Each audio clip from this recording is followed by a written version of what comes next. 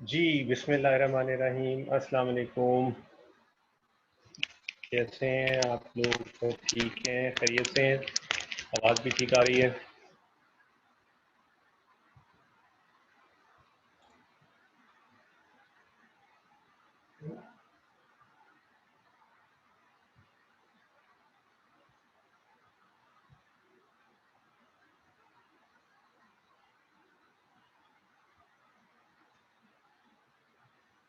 अच्छा जी, चलें let's start सी।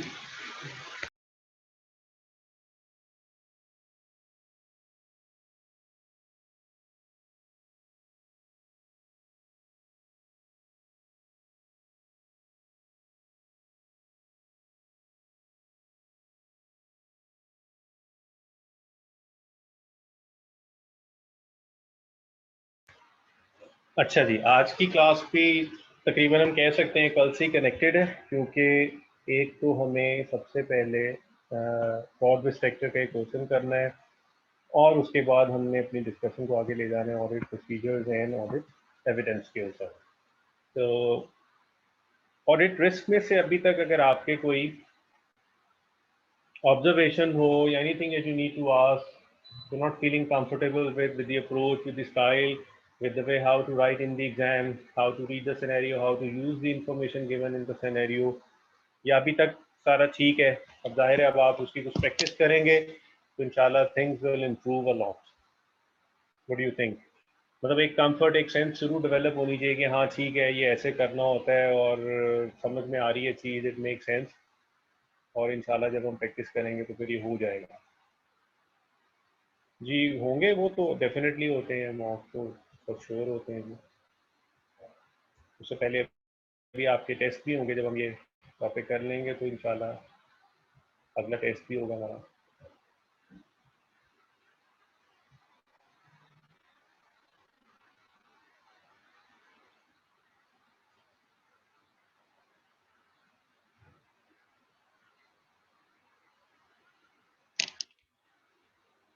ठीक है जी, फिर कंटिन्यू करते हैं। चलें, तो फ्रॉड रिस्क फैक्टर के क्वेश्चन को कराना, हमने कल थोड़ा सा बेसिक्स ही उसकी चीज़ें पढ़ ली थी, स्टैंडर्ड फॉर्म इंशाल्लाह रिव्यू करेंगे। तो हमें यहाँ पे फ्रॉड रिस्क फैक्टर्स निकालने हैं और आई क्वेश्चन को पढ़ते हैं।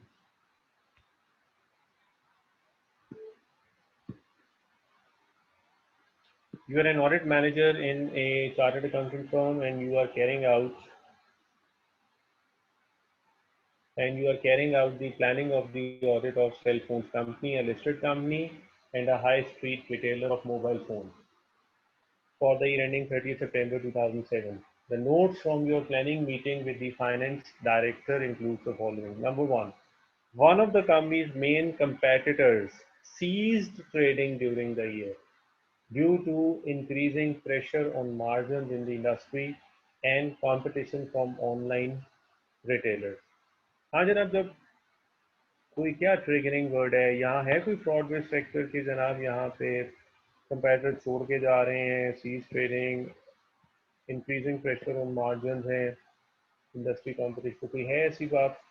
तो फ्रॉड रिस्क फैक्टर यहाँ पे हम कह सकते हैं। कल तुमने ऐसा पॉइंट पढ़ा था, कोई नहीं है, हमजा कह रहे हैं कोई नहीं है, और उमर भी कह रहे हैं कि कोई पॉइंट नहीं है। अच्छा, तो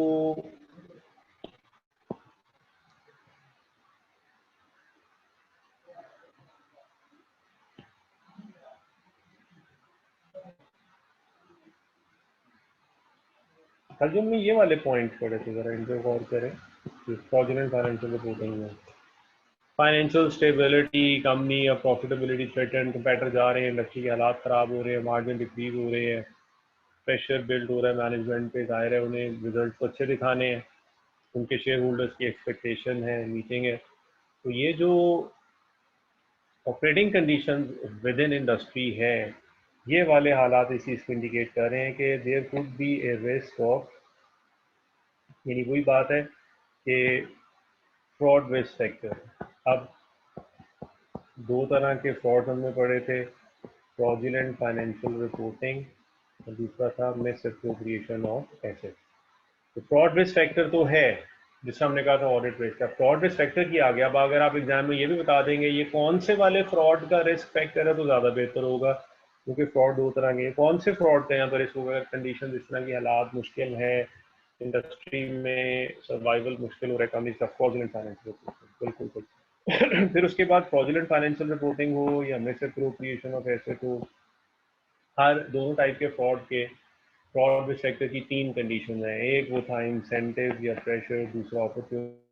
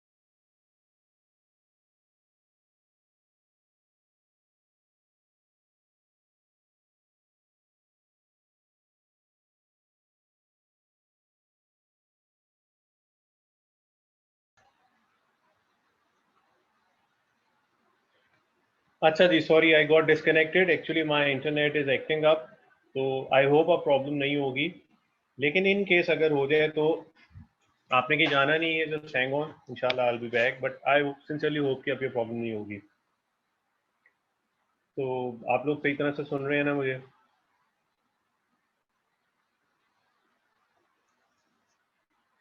ओके गुड, थैंक यू। तो ये हम पॉइंट देख रहे थे कि कंपैटिटर्स छोड़ के जा रहे हैं बिजनेस, प्रेशर आ रहा है मार्जिन के ऊपर, हमने आइडेंटिफाई किया कि yes it's a fraud risk factor. फिर हमने अपनी क्वालिटी ऑफ राइटिंग और बेहतर किया, हमने कहा ये फ्रॉड रिस्क फैक्टर जो है ना, ये फ्रॉडुलेंट फाइनेंशियल रिपोर्टिंग। फिर हम और बेहतर लिखना चाहते हैं तो हम ये भी बताना चाहते हैं is it due to some pressure या इंसेंटिव, ये एक ही चीज़ के दो नाम है, और देर इज एन अपॉर्चुनिटी, और this is an indication of some attitude या रैशनलाइजेशन फ्रॉम मैनेजमेंट। तो क्या ख्याल है, ये जो competitor, competition, pressure on margin, क्या लिखेंगे इसमें? क्या कोई प्रेशर की वजह बिल्ड हो रहा है मैनेजमेंट पे कि वो फ्रॉड करना चाहेंगी, फ्रॉडुलेंट? फ्रॉडुलेंट फाइनेंशियल रिपोर्टिंग तो है, उसके अंदर अब जा रहे हैं। Yes, we could see a pressure building on management, क्योंकि पैटर छोड़ रहे हैं, मार्जिन श्रिंक हो रहे हैं, तो ये अब हमें लग रहा है कि मैनेजमेंट चाहेगी कि इंडस्ट्री के हालात अच्छे नहीं है, पर वो कंपनी के हालात अच्छा दिखाने के लिए कहीं गड़बड़ करेंगे, और एज एन ऑडिटर फिर हम ये सोचेंगे अच्छा कंपनी के हालात बेहतर करने की कोशिश करेगी management, direct fraudulent finance figures में फज करने की कोशिश करेगी, फजिंग ऑफ फिगर्स। उसके लिए हम सेल्स को ध्यान से देखेंगे क्योंकि वो ओवरस्टेट होने का रिस्क है, एक्सपेंसेस को ध्यान से देखेंगे क्योंकि वो अंडरस्टेट होने का रिस्क है, एसेट्स को ध्यान से देखेंगे क्योंकि जनरली ओवरस्टेट होने का रिस्क है, लायबिलिटी को ज़्यादा चलो। इसीलिए हम कहते हैं फ्रॉड रिस्क फैक्टर जो हैं, ये फ्रॉड जो होते हैं इसके रिस्क, ये सिग्निफिकेंट रिस्क होते हैं, और यूजुअली ये फाइनेंशियल स्टेटमेंट लेवल के रिस्क होते हैं, क्योंकि फिर इससे फ्रॉड का अगर रिस्क होगा तो many elements of financial statements could get affected. चलें जी, गुड आइडिया हो गया थोड़ा सा। अगला पॉइंट पढ़ते हैं, number 2। A new management structure has been implemented with 10 new divisional managers appointed during the year. The high street shops have been allocated to these managers, with approximately 20 branch managers reporting to each divisional manager. The divisional managers have been set challenging financial targets for their areas, with substantial bonuses offered to incentivize them to meet the targets. यहाँ से लेके यहाँ पे लेके, हाँ जी, कोई fraud risk factor, उनको हम इंसेंटिव दे रहे हैं, चैलेंजिंग टारगेट्स हैं। कहीं हमने पढ़ा था ये पॉइंट, टारगेट और to meet financial target. Yes, बिल्कुल ठीक, तो ये बिल्कुल उसी तरह का पॉइंट है, अगेन फ्रॉडुलेंट फाइनेंशियल रिपोर्टिंग है, और दोबारा से हम देख सकते हैं कि यहाँ पे वो उनके लिए इंसेंटिव भी है और प्रेशर भी है। तो देखें ना, टारगेट मीट करने के लिए, सब्सटैंशियल बोनस लेने के लिए, ये इन डिवीजन मैनेजर की कोशिश क्या होगी, यार सेल्स बढ़ाओ, एक्सपेंसेस रिड्यूस करो, अप्रूवल कम से कम करें, प्रोविजन कम करें, क्योंकि टारगेट्स हैं। तो हम यहाँ पे देख रहे हैं कि वो इंसेंटिव या प्रेशर की बात हो रही है उसमें। इसी में अब अगली लाइन पढ़ने लगे हम। The board of directors have decided to cut the amount that will be paid to shop staff as a Eid bonus. आई क्या बनाएगा, तो ईद बोनस। हमने कहा जनाब इस दफ़ा मैनेजमेंट ने डिसीजन लिया है कि जनाब ये ईद बोनस, क्रिसमस बोनस जो भी है, इस दफ़ा नहीं मिलेगा, हालात बड़े ख़राब हैं। रिस्क प्लेयर कौन सा, पहले बताए कौन सा फ्रॉड है, ये कौन सी टाइप के फ्रॉड होने का यहाँ रिस्क होगा? अब ये एम्प्लॉइज आर नॉट सेटिस्फाइड, उनको आपने पैसे देने का वादा किया, कहते हाँ इस दफ़ा मिस अप्रोप्रिएशन, और मिस अप्रोप्रिएशन में किस रीज़न की वजह से आप समझते हैं? क्या इंसेंटिव, प्रेशर, अपॉर्चुनिटी, या एटीट्यूड? और एटीट्यूड नहीं, इंसेंटिव नहीं है, ये देखें बिहेवियर, डिससेटिस्फेक्शन, तो इस दफ़ा वो एटीट्यूड वाला पॉइंट।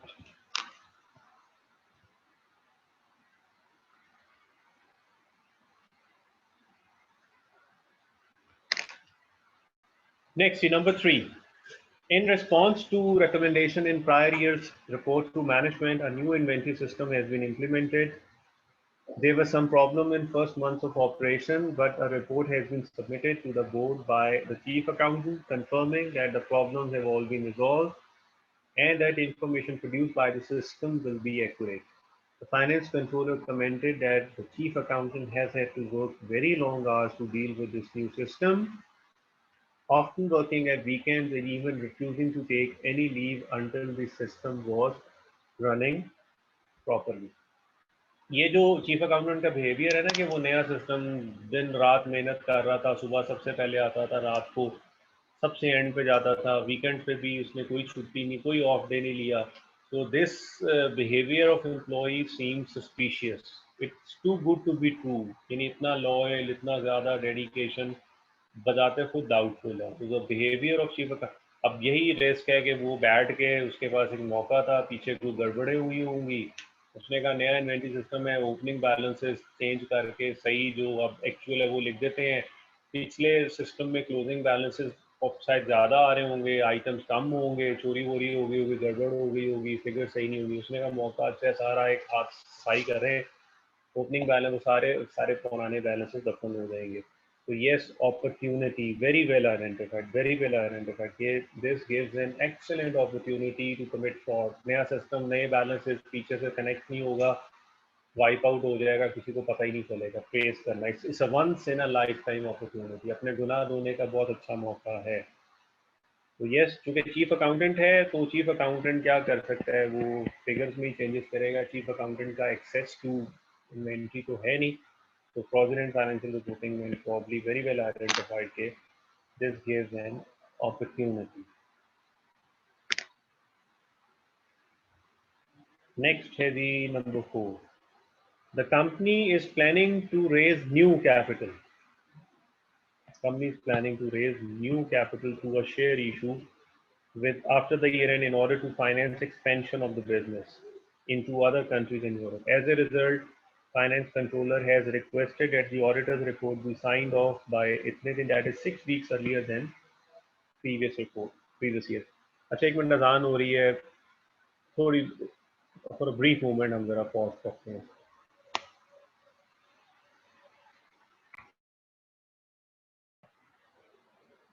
अच्छा जी, यहाँ ना दो पॉइंट्स हैं. एक हमने बात करनी है यहाँ से यहाँ तक, कंपनी जो वो रेज कर रही है, और ये वो वाला पॉइंट है जो मैंने कहा, कभी कोई पॉइंट एकदम से लिखना ना शुरू करें, हो सकता है उससे रेलेवेंट मजीद डिस्क्रिप्शन या कोई न्यूमेरिक डाटा कहीं अवेलेबल हो. तो ये जो हमने पॉइंट नंबर 1 पढ़ा था ना, इंक्रीज कंपटीशन, ये उसी की एक एक्सटेंशन है. ये जो नंबर 1 के अंदर पॉइंट है ना,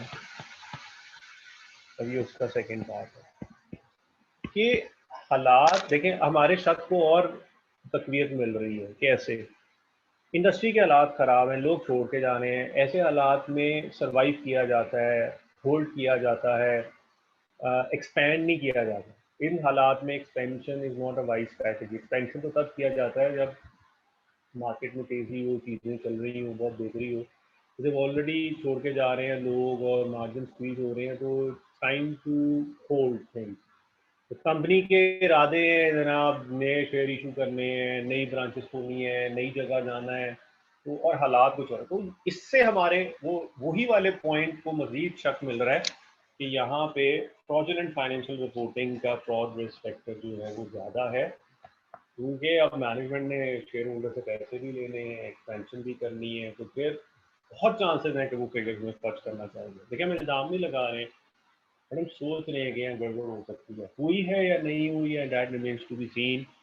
वो फिर हम जब प्रोसीजर्स लगाएंगे तो फिर वहाँ से पता चलेगा कि हमारा जो शक था क्या वो वाकई शक था सिर्फ, या वो कंफर्म भी हो गया है और वाकई वो मैनेजमेंट जो है वहाँ पर भी गड़बड़ करेगी.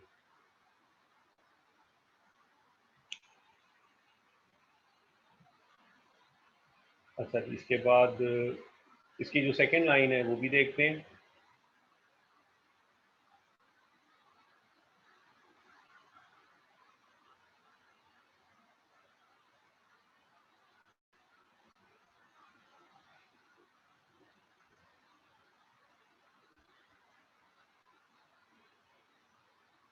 अच्छा, आगे लिखा है कि वो फाइनेंस कंट्रोल कह रहा है भाई काम जल्दी करें, कंप्लीट करें, हम पे वो प्रेशर डाल रहे हैं।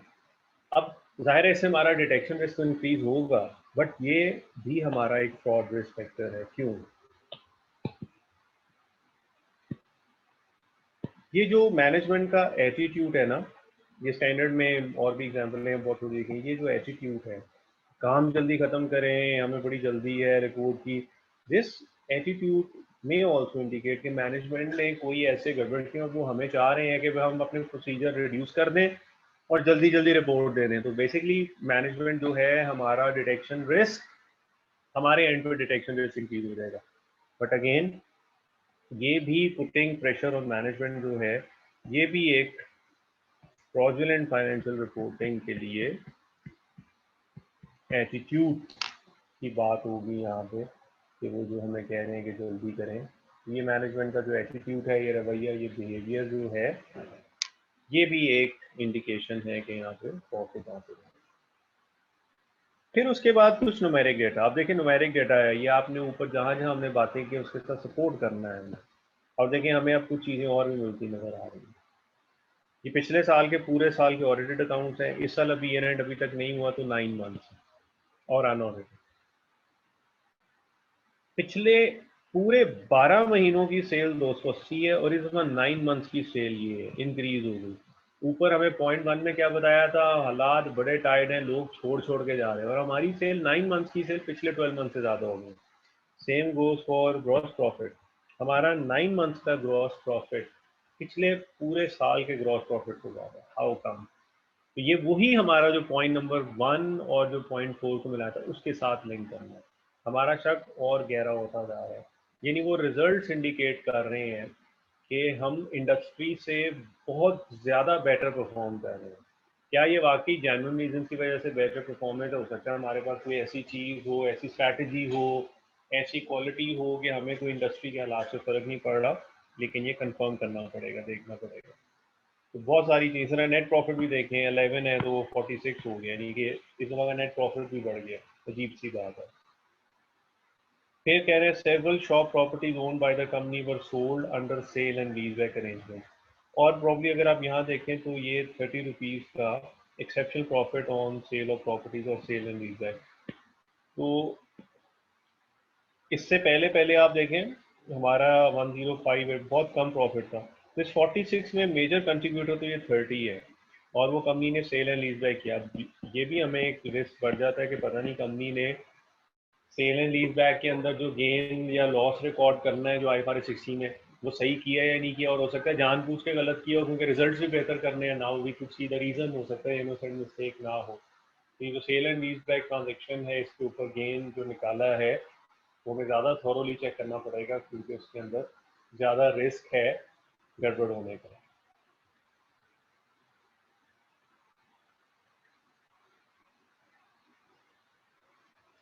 चार वाला नहीं, डिटेक्शन रिस्क तो जब भी मैनेजमेंट ऑडिटर पे प्रेशर डालेगी कि आप जल्दी काम खत्म करें, इसका मतलब है हमारा डिटेक्शन रिस्क बढ़ गया। क्योंकि अगर हम मैनेजमेंट की विशेष के मुताबिक रिड्यूस कर देंगे अपना काम, तो detection risk high. Detection risk है क्या कि auditors procedures will fail to detect material mistake. और जब हम पे प्रेशर डालेंगे, हम अपने प्रोसीजर अगर कम कर देते हैं उनके कहने के मुताबिक, तो फिर हमारा डिटेक्शन रिस्क जो है वो हाई हो जाएगा। वो इस तरह से ये डिटेक्शन रिस्क जो है वो होता है। और ये डिटेक्शन रिस्क जो है क्यों हमारा हाई हो रहा है? क्योंकि मैनेजमेंट, हमें तो मैनेजमेंट का कहना इंडिकेट कर रहा है कि वो भी हो सकता है इंटीरियर मोटिव है, वो कोई उन्होंने गड़बड़ की हुई और वो नहीं चाहता कि हम डिटेल टेस्टिंग करें और उन मिसस्टेटमेंट्स को, जो फॉल्सिफिकेशन उन्होंने की हैं, उसके अंदर मैनिपुलेशन की है अकाउंट्स में, तो वो आइडेंटिफाई हो सके। तो दिस इज हाउ। तो अब आप देखें इस तरह के पॉइंट्स के लिए आपको अब रेडी रहना है। नॉर्मल ऑडिट रिस्क के क्वेश्चन में भी आपको स्टैंड अलोन क्वेश्चन इस तरह का भी आ सकता है जिसमें निकालने ही सिर्फ ऑडिट रिस्क है। और दूसरा इस part of your audit risk, ये पार्ट है ऑडिट रिस्क का कि उसमें भी फ्रॉड रिस्क फैक्टर, जिसका हमने कल क्वेश्चन किया था ना दिसंबर 16 का, उसके अंदर फ्रॉड रिस्क फैक्टर्स भी थे। ये मैनेजमेंट ओवरराइड ऑफ कंट्रोल, और वो जानबूझ के हालात खराब हैं और वो गड़बड़ करने के लिए कोशिश करेंगे। उसके अंदर भी देखिएगा कि वो पार्ट ऑफ ऑडिट रिस्क बन है। तो अब आपने हर क्वेश्चन जो ऑडिट रिस्क का होगा उसके अंदर रेडी ही रहना है कि उसके अंदर कोई रिस्क फ्रॉड की वजह से भी हो सकता है। तो फ्रॉड बेस्ड फैक्टर्स भी आपने इन चीजों को उसका पार्ट ही समझ के करना है बेसिकली। अच्छा जी, आए अब हम आगे चलते हैं और अब थोड़ी बात करते हैं ऑडिट प्रोसीजर्स की। और ऑडिट प्रोसीजर के लिए मैं एक पहले छोटी सी डायग्राम बनाऊंगा, वहाँ से पहले हम अपनी डिस्कशन को स्टार्ट करते हैं कि एक अच्छा ऑडिट प्रोसीजर जो आपने एग्जाम में लिखना है। किसी ने क्वेश्चन भी किया था कि हमें रट्टा लगाना है, याद करके जाने हैं, कोई हर्ज नहीं है, हम कुछ याद भी कर सकते हैं, बट असल में तो प्रोसीजर्स वहाँ पे हमें सिचुएशन के मुताबिक अप्लाई करना है। तो हम ज़रा देखते हैं ऑडिट प्रोसीजर्स।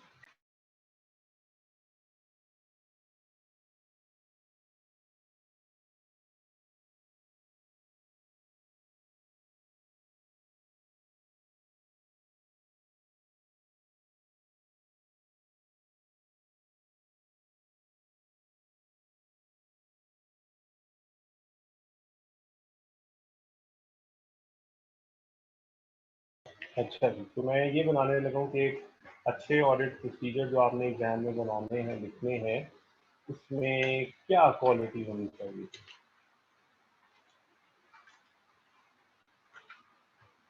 मुझे एक मिनट दीजिएगा, मैं ज़रा थोड़ा सा कंफर्म कर लूँ जो चीज़ें ज़रा अपने पास।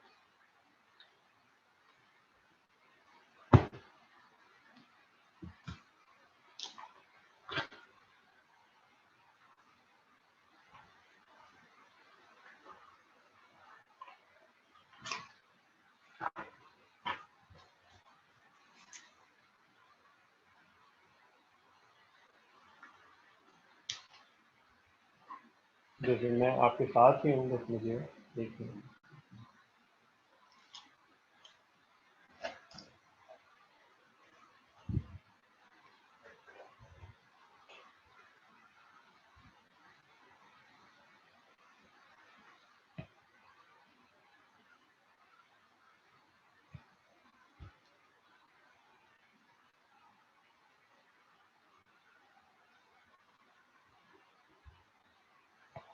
अच्छा जी, चले। 3 क्वालिटीज होनी चाहिए ऑडिट प्रोसीजर्स में, और वो क्वालिटी ये है कि एक अच्छा एग्जाम में ऑडिट प्रोसीजर लिखने के लिए उसमें 3 क्वालिटीज होनी चाहिए। और वो 3 क्वालिटीज क्या हैं? नंबर 1,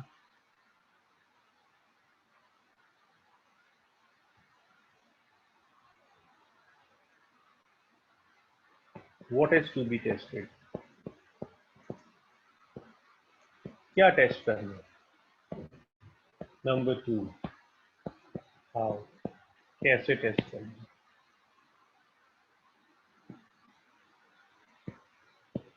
और तीसरा, एक वेल एलैबोरेटेड ऑडिट प्रोसीजर के अंदर इस ऑडिट प्रोसीजर को लगाया हमने क्यों, क्यों किया हमने, इससे क्या हो। तो ऑडिट की टेक्निकल लैंग्वेज में एक अच्छे ऑडिट प्रोसीजर में हमें बताना है कि हमने कौन सा एविडेंस लिया। व्हाट का मतलब है एविडेंस, और एविडेंस का मतलब है आप समझ लें bank statement, sales invoice, dispatch note, legal confirmation, written confirmation, written representation, ये सब एविडेंसेस हैं। क्या, अब खाली एविडेंस तो नहीं, उस एविडेंस के साथ आपने क्या किया, व्हाट इज द प्रोसेस, आप कैसे उन चीज़ों को चेक करेंगे, जो मैं एक्सप्लेन भी करूँ। और तीसरा वाई का मतलब है कि इस प्रोसीजर से आपने कौन सी असर्शन वेरीफाई की। क्योंकि इन्वेंट्री में आपको पता है इस प्रोसीजर से आपने इन्वेंट्री की एग्जिस्टेंस कंफर्म की है, कंप्लीटनेस की है, एक्यूरेसी की है, डिस्क्लोजर चेक किए हैं, या आपने क्या किया। तो हर अच्छे ऑडिट प्रोसीजर में 3 चीज़ें होनी चाहिए, क्या, क्यों, क्या, कैसे और क्यों। What evidence need to be obtained, how it is to be checked, and why it is to be checked. ये 3 चीजों का जवाब बनाना।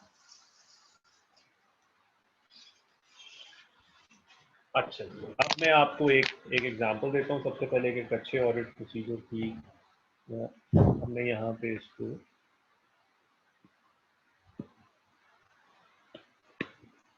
ये देखिए, एक अच्छा ऑडिट प्रोसीजर कुछ इस किस्म का होगा। हाँ, मैं उस तरफ भी आऊंगा, कैम की तरफ भी आऊंगा। थोड़ा सा वेट करें। ये देखें, एक अच्छा audit procedure. The auditor will agree a sample of items from the inventory sheets. Auditor will agree a sample of items from the inventory sheet to the raw material inventory to ensure that inventory recorded on the sheets actually exists. This will confirm the assertion of existence of inventory as an asset in the financial statement.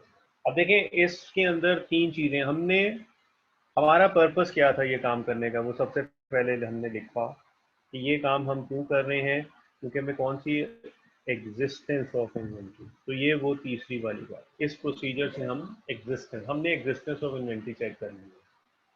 इस existence को check करने के लिए हमने to piece of evidences लिए। Number one, हमने physical items store में गए, एक वो पीस ऑफ एविडेंस है, और दूसरा इन्वेंट्री शीट। ये वो दोनों जो चीजें हैं, ये नंबर वन। हमने एविडेंस क्या लिया? दो चीजें, एक तो हमने फिजिकल आइटम्स, एक वहां पे गए स्टोर में, हमारे सामने फिजिकल आइटम्स पड़े हैं, और दूसरा हमारे हाथ में वो इन्वेंट्री शीट्स हैं जो क्लाइंट ने हमें दी। तो ये दो पीस ऑफ एविडेंस है और हमने एग्जिस्टेंस चेक कर ली। अब कैसे करना है, यानी ये वाली असर्शन इन ऑडिट एविडेंस से कैसे कंफर्म करनी है, वो हमने कैसे किया? वैसे किया कि हमने एग्री किया सैंपल ऑफ आइटम्स स्टोर में जो पड़ी हुई थी। कैसे? From the inventory sheets to the raw material inventory to ensure that inventory recorded in the sheet actually exists. तो प्रोसेस हमने ये किया कि जो शीट के ऊपर इन्वेंट्री मौजूद थी, जाहिर है वही फाइनेंशियल स्टेटमेंट के अंदर भी अपेयर हो रही होगी रिकॉर्ड्स में। हमने देखना था कि ये इन्वेंट्री जो रिकॉर्ड है एक्चुअली एग्जिस्ट भी करी है कि नहीं करी। तो हमने प्रोसेस ये बनाया कि इन्वेंट्री शीट से फिजिकल इन्वेंट्री को चेक किया। ये है वो हमारा प्रोसेस, सॉरी नंबर, ये प्रोसेस एविडेंस, प्रोसेस, असर्शन। मुझे पता है, अगर मैं ये प्रोसेस रिवर्स कर दूं, फिजिकल स्टोर में चला जाऊं और रैंडम आइटम पे हाथ रखूं और वो मुझे दिखाएं ये शीट में कहाँ है, अब कौन सी असर्शन होगी? अगर अब फिजिकल आइटम से मेरे को दिखाएं मुझे ये शीट में कहाँ रिकॉर्डेड है, कंप्लीटनेस। तो देखें, सेम सेट ऑफ एविडेंसेस से अगर आप उसका प्रोसेस चेंज कर दें, आपकी असर्शन चेंज हो जाएगी। तो हर प्रोसीजर में तीन बातें लिखनी है, क्या करना है, कैसे करना है और क्यों करना है।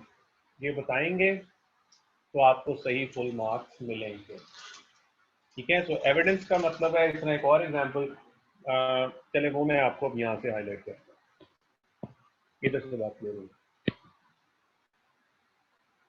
एग्जाम शीट से ना हमने कोई 9 के करीब एरर्स निकाले हैं जो मोस्टली ऑडिट प्रोसीजर्स में स्क्रिप्ट में नजर आते हैं एग्जाम में। तो हम उन एरर्स को देखते हैं और कोशिश करेंगे इनसे अवॉइड करेंगे। ये एरर्स तो एग्जामिनर ने आइडेंटिफाई कर दी हैं, और हम इस अटेम्प्ट में एग्जाम में कोई नया एरर करेंगे 10वां या 11वां, ताकि ये लिस्ट नेक्स्ट टाइम जो है ज़रा बड़ी हो जाए।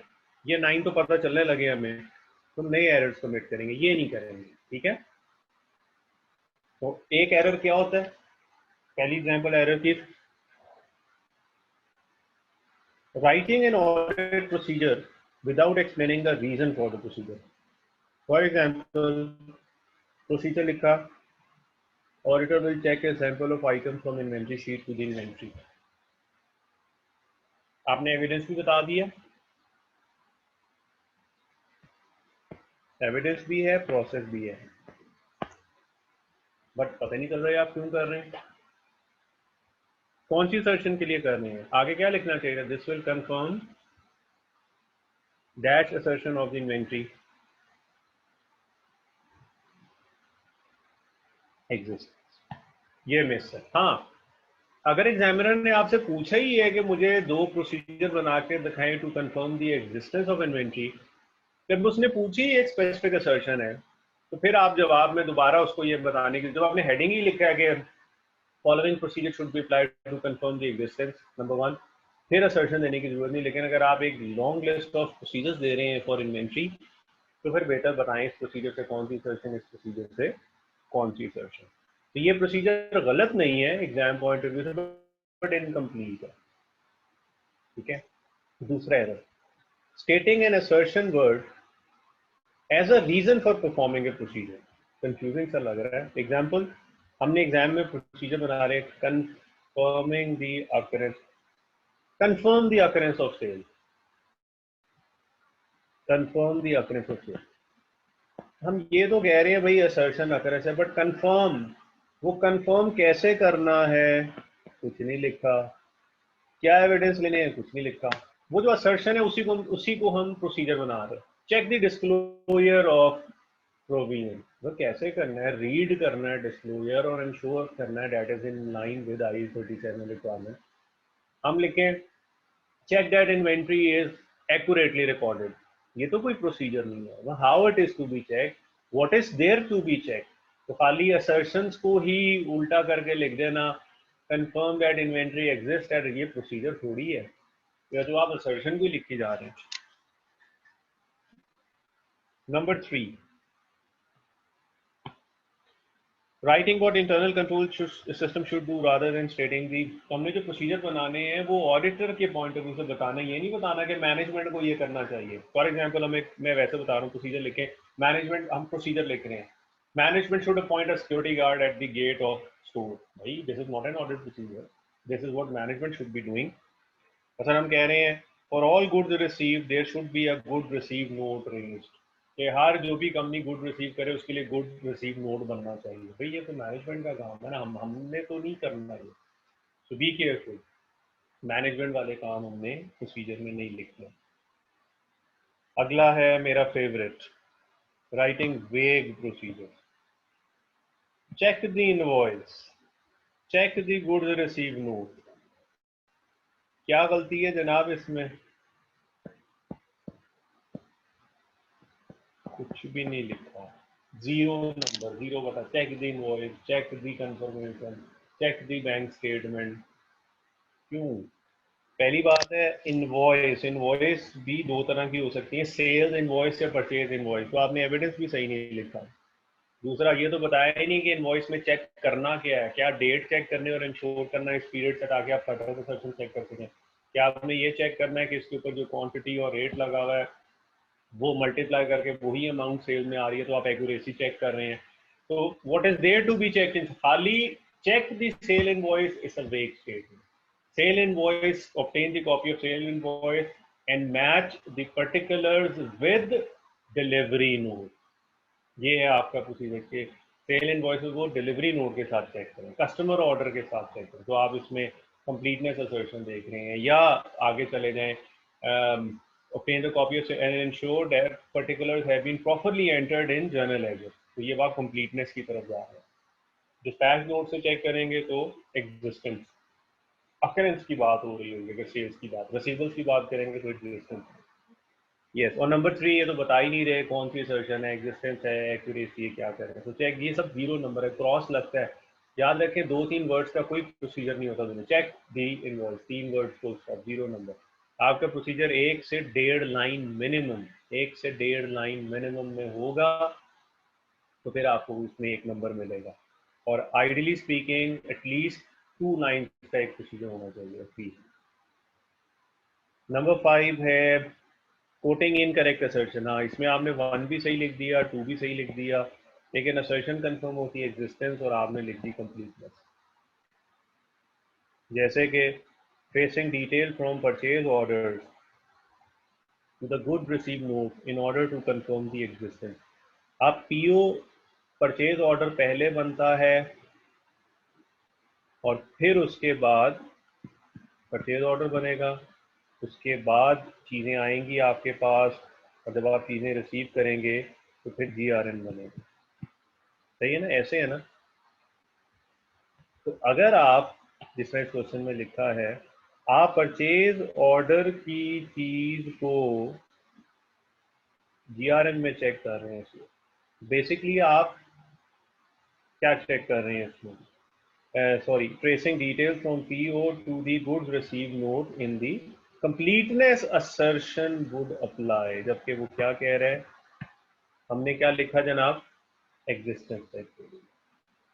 अगर हम GRN से PO पे जाते तो फिर एग्जिस्टेंस कंफर्म होती। तो हम ट्रेस कर रहे हैं ना, वी आर गोइंग फॉरवर्ड, आगे चल रहे हैं कि PO में जो लिखा वो GRN में लिखा, तो आगे ये चीज कंप्लीटली रिकॉर्ड हो रही है या नहीं हो रही।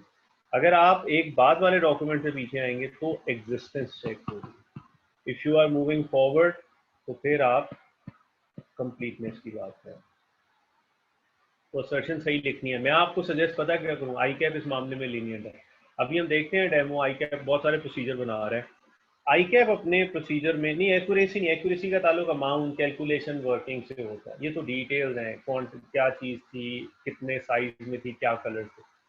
आई कैप 1 और 2 पे ज़्यादा तवज्जो देता है, 3 पे ज़्यादा तवज्जो नहीं देता। तो if you ever face with the situation कि यार कौन सी सजेशन है, मत लिखें, सिर्फ एविडेंस और प्रोसीजर बताओ, असर्शन ना बताएं कि इससे एग्जिस्टेंस है या गलती हो सकती है। तो थोड़ा सा इनकम्प्लीट कर दें वो चल जाएगा, बट गलत ना लिखिएगा, ये मैसेज है इसके अंदर। फिर है जी including the procedures that can, हम एग्जाम में ऐसे प्रोसीजर लिख देते हैं जो हो ही नहीं सकते। To check the understatement, overstatement का वर्ड हमजा रिस्क के लिए रख छोड़ें, वो रिस्क के क्वेश्चन में आपने टर्मिनोलॉजी यूज करनी और ना यूज करें, ठीक है। तो ओवर स्टेटमेंट अंडर स्टेटमेंट का ताल्लुक रिस्क है, रिस्क ऑफ ओवर स्टेटमेंट वो उसके लिए छोड़ें, उसको और ना जगह यूज करें। तो ये भी एक मैसेज होगा। ऐसे प्रोसीजर एग्जाम में लिखते हैं जो लग ही नहीं सकते, जो हो ही नहीं सकते, यानी वो अपनी तरफ से तो बड़ा जबरदस्त प्रोसीजर बनाया बट वो एक्चुअली हो ही नहीं सकता। कैसे, एग्री इंडिविजुअल आइटम्स ऑफ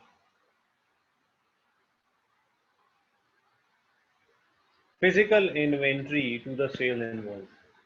अगर वो इन्वेंट्री स्टोर में पड़ी है तो उसकी सेल इनवॉइस ही नहीं बनी होगी। अगर सेल इनवॉइस बन गई है तो स्टोर में क्या कर रही है, तो ये तो वैसे ही गलत हो जाएगा, ठीक है ना। फिर हम कई दफ़ा ऐसे प्रोसीजर लिखते हैं जो प्रिंसिपली गलत है। कैसे, agree details from PO like description of item order to the goods held in inventory store. अब ये थोड़ा सा टेक्निकल है। परचेज ऑर्डर बनता है परचेज डिपार्टमेंट में।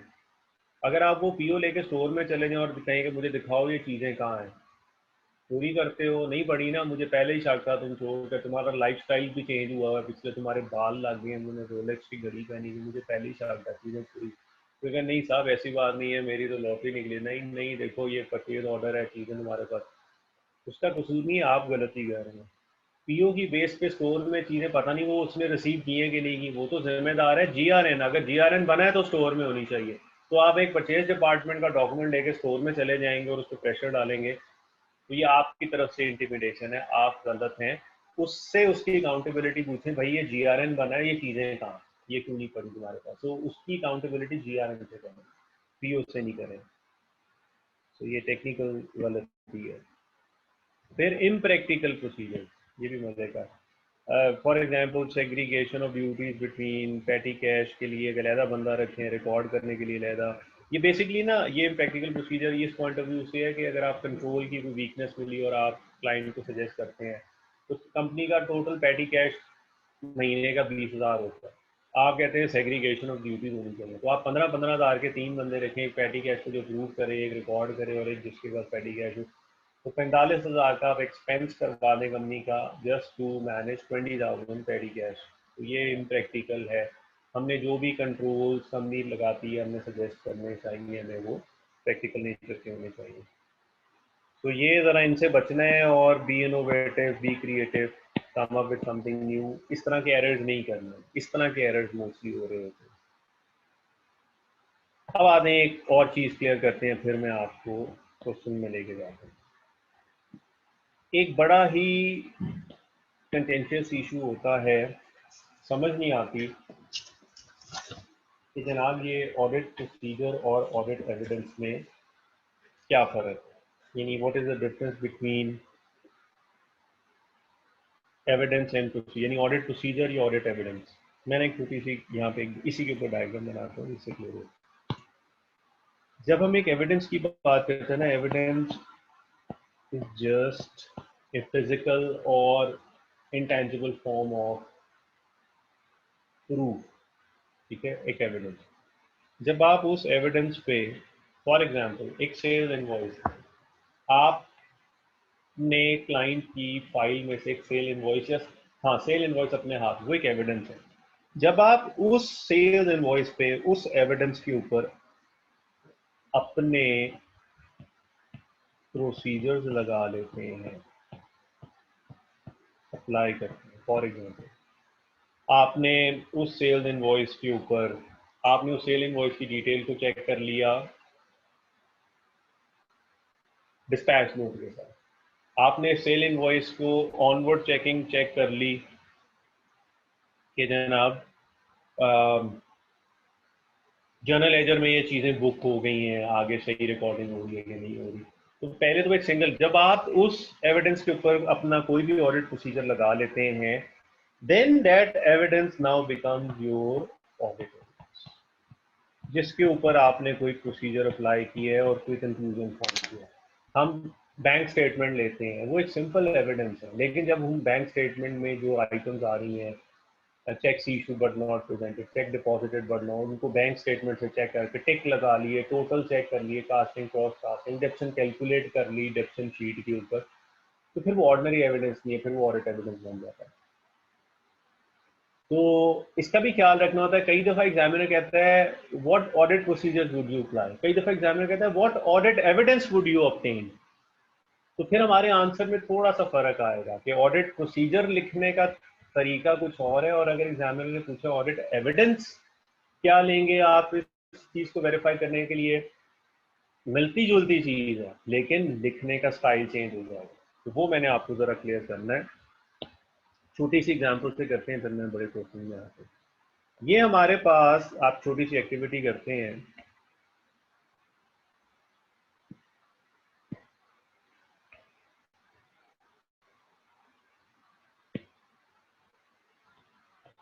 मुझे आप ये बताएं, ये यहाँ पे ना 7 चीजें लिखी हैं। क्वेश्चन ये है, which of the following are procedures and which are evidence. तो आपने 1 से 7 के सामने जरा मुझे लेके बताएं कि ये प्रोसीजर की बात हो रही है या एविडेंस की बात हो रही है। 2-3 मिनट लें, फिर हम वन बाय वन डिस्कस करते हैं, फिर आपसे पूछते हैं।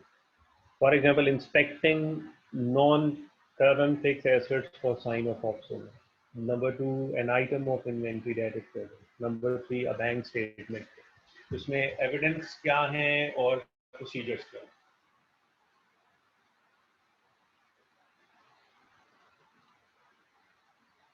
इसी से बात क्लियर हो गई।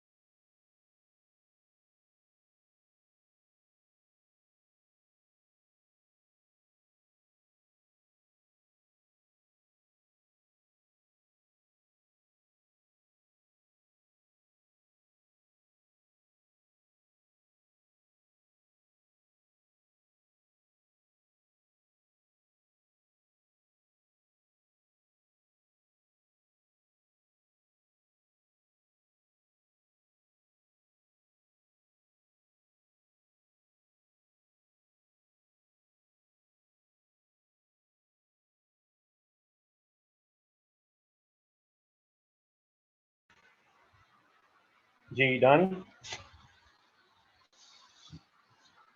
हाँ जवाब ने अच्छा कहा और चले जी। पहले जी inspecting the non current fixed assets for inspect करें, एक्शन वर्ब से चीज शुरू हो रही है, एक काम करना है, verb mean doing something, when you are doing something that means you are applying a procedure. An item of inventory या स्टॉक, एक आइटम जो वहां पड़ा हुआ है बजाते खुद, तो ये एक नाउन है, आप समझ लें ये एक एविडेंस है। अभी ऑडिट एविडेंस थी, अभी एविडेंस है, उसके ऊपर जब आप कोई प्रोसीजर लगाएंगे, प्रोसेस लगाएंगे, then that evidence will go on and become your audit evidence. A bank statement, हाँ जी बैंक स्टेटमेंट क्या है, नंबर 3 जो है खाली बैंक स्टेटमेंट, कुछ भी नहीं, एविडेंस। काउंटिंग पैटी कैश को काउंट करना is a procedure. A working paper, सिर्फ एक working paper showing A recalculation of depreciation, एक वर्किंग पेपर शो कर रहा है एविडेंस। और अगर ये लिखा होता कैलकुलेट दी डेप्रिसिएशन तो वो हमारा ऑडिट प्रोसीजर बन जाता। अगर हम कहें वर्किंग पेपर जो फाइल में लाइक शोइंग, तो ये एक ऑडिट एविडेंस, ये एविडेंस मीन्स यहाँ पे ऑडिट एविडेंस, क्योंकि वर्किंग पेपर ऑडिटर ने बनाया और उसने उस पर डिफरेंट कैलकुलेट किया। So working paper showing a calculation या recalculation different means it's an audit evidence, because this sheet may have initially been provided by the company, and we applied certain procedures, and then this working paper is our audit evidence. A sales invoice evidence, attending a वेज, attend कर रहे हैं तो ये हमारा procedure है। तो देखें ये आपकी लैंग्वेज में फर्क पड़ेगा कि एग्जामिनर आपसे क्या पूछ रहा है। एग्जामिनर आपसे कह रहे हैं मुझे ऑडिट प्रोसीजर बना के दिखाएं या ऑडिट एविडेंस बना के दिखाएं, तो भी हम थोड़ी देर में ये एक्टिविटी भी करते हैं कि ऑडिट। और आई कैप में एग्जामिनर समझ लें 99%, ये वही वो 1% वाली बात हो, हमेशा आपसे ऑडिट प्रोसीजर्स बनवाता है, लेकिन दूसरे इंस्टीट्यूट में ऑडिट एविडेंस भी होते हैं। तो इसलिए हमें ज़रा उसका भी ख्याल रखने को, एग्जामिनर ऐसा काम कर सकता है कि वो हमसे किसी, और मैं बताऊंगा आई कैप में किस तरह से ऑडिट एविडेंस टेस्ट होते हैं, तो भी ज़रा देखिएगा इस लेक्चर के एंड पे। आपको मैं जब रैपअप करूंगा ना तो और चीज़ें भी इसमें सेंस बनेगी। अच्छा जी, अब मैं एक क्वेश्चन है यहाँ पे, क्योंकि अब हम इस डोमेन में आ गए हैं कि ऑडिट एविडेंस की बात कर रहे हैं कि ऑडिट एविडेंस क्या होता है।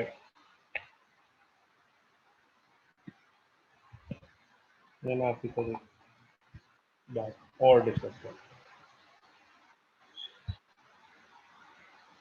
IS से 500, जो कि हम जब स्टैंडर्ड्स का वॉक ओवर करेंगे तो उसमें इन चीज़ों को डिस्कस भी करेंगे। ISA 500 हमें ये कहता है कि आपने जो भी ऑडिट एविडेंस लेना है, और आप ऑडिट एविडेंस समझ गए। ऑडिट एविडेंस का मतलब होता है कि शुरू में एक एविडेंस होता है, उस पर ऑडिट प्रोसीजर लगाते हैं, फिर वो हमारा ऑडिट एविडेंस बन जाता है। तो स्टैंडर्ड हमें ये कहता है ISA 500 कि आपने जब भी कोई ऑडिट एविडेंस आपने बनाना है या लेना है, और उस पर that audit evidence needs to be sufficient and appropriate, है ना। बल्कि ऑडिट एविडेंस का जहां भी स्टैंडर्ड में जिक्र आएगा उसके पीछे दो ये क्वालिफाइंग स्टेटमेंट जरूर होंगी कि ऑडिट एविडेंस कैसा होना चाहिए, सफिशिएंट, अप्रोप्रिएट ऑडिट एविडेंस। मैं ना आपको ज़रा सफिशिएंट और अप्रोप्रिएट ऑडिट एविडेंस की थोड़ी सी डिस्कशन में लेके जाना चाहता हूँ। एक क्वेश्चन भी करेंगे, एक एक्टिविटी करेंगे तो 10 मिनट्स की, इससे भी हमारे बहुत सारे जो पॉइंट्स है वो क्लियर। तो सफिशिएंट और अप्रोप्रिएट ऑडिट एविडेंस का क्या मतलब होगा, इसको अब हम डिस्कस करते हैं। सफिशिएंट एंड अप्रोप्रिएट, एक डायग्राम्स बना लेते हैं और फिर इस क्वेश्चन में उसको अप्लाई करेंगे। So what we are saying here is an audit evidence must be sufficient, जिसका ताल्लुक क्वांटिटी से, कि हमें कितना ऑडिट एविडेंस चाहिए, 1 किलो सही रहेगा, आधा किलो, 1 पाव या 100 ग्राम, मतलब कितने नंबर ऑफ हाउसेस टेस्ट करने हैं। अगर सेल इनवॉइस कंपनी के 1000 है, तुमने 100 करनी है, 50 करनी है, 20 करनी है, 200 करनी है, हाउ मच, तो सफिशिएंट। और जाहिर है ये रिस्क के ऊपर डिपेंड करता था, greater the risk the more number of items will be tested. But खाली क्वांटिटी बढ़ा देने से काम नहीं होगा, सफिशिएंसी के साथ साथ हमें appropriateness भी चाहिए। So audit evidence must be sufficient and appropriate। और appropriate का ताल्लुक जो है वो होता है क्वालिटी। अब जो appropriate है ऑडिट एविडेंस, इसके भी दो एट्रीब्यूट्स हैं जो दोनों होने चाहिए। ये audit evidence must be relevant and at the same time must be reliable।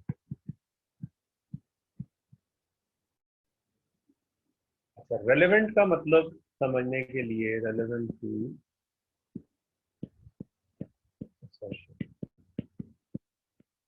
और रिलायबल का मतलब हम यहाँ पे लिख लेते हैं कि एक हायरार्की ऑफ एविडेंस। मैं आपको ना बड़ा सिंपल वॉवल्स, आप में से बहुत सारे लोग जानते होंगे इंग्लिश में ये 5 वॉवल्स होते हैं, ए ई आई ओ यू। है आइडिया ये वॉवल्स का, ए ई आई ओ यू?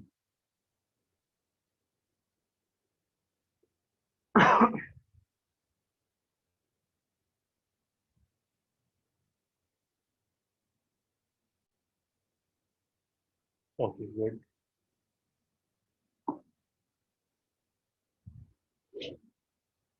अच्छा आए, मैं अब जरा इसका लिंकेज बनाता हूँ, फिर इसको जल्दी से इस क्वेश्चन में अप्लाई करते हैं कि अभी बता रहा हूँ जी।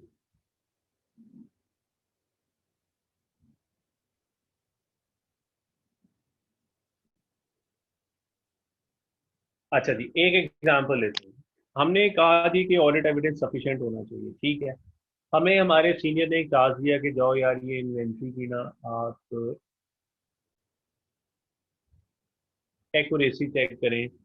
क्लाइंट कह रहे हैं कि ये मशीनरी उसने $1 मिलियन की इंपोर्ट की है, तो जरा कंफर्म करें कि ये वाकई $1 मिलियन की है या नहीं। अब आपने एक प्रोसीजर सीखा हुआ था कि मशीनरी को जब भी चेक करना है तो हमें जाके मशीनरी को स्टोर में, मतलब जहाँ प्लांट है, फैक्ट्री में जाके चेक करना है। सीनियर ने कहा है कि मशीनरी की कॉस्ट वेरीफाई करो कि ये $1 मिलियन। आप ताबेदारी में, ठीक है सर मैं अभी आता हूँ, आप चले जाते हैं और सीधा आपको पता है फैक्ट्री में इंस्टॉल हुई है, आपने आते हुए देखी, आप मशीनरी के सामने खड़े हो जाते हैं। आपको पता था एक प्रोसीजर होता है मशीनरी को देखने का, आप खड़े होकर उसको देखी जाते हैं, देखी जाते हैं, देखी जाते हैं। और आपको ये पता है कि ऑडिट प्रोसीजर सफिशिएंट होना चाहिए। अब आप उसके सामने खड़े हैं, 1 मिनट दो, आपने कहा नहीं अभी सफिशिएंट नहीं है, 5 मिनट देखते हैं, 5 मिनट बाद मुझे हो सकता है पता चले कोई, मुझे ख्याल आएगा या मशीनरी खुद बोल पड़ेगी, मुझे बताएगी कि मैं $1 लाख की हूँ, तो मेरा प्रोसीजर कंप्लीट हो जाएगा। अब सफिशिएंट है 5 मिनट, 10, 15, आप देख ही जा रहे हैं, देख ही जा रहे हैं, तो 1 घंटा हो गया है। लेकिन unless and until you have some super powers, आपको नहीं पता चलेगा ये $1 लाख।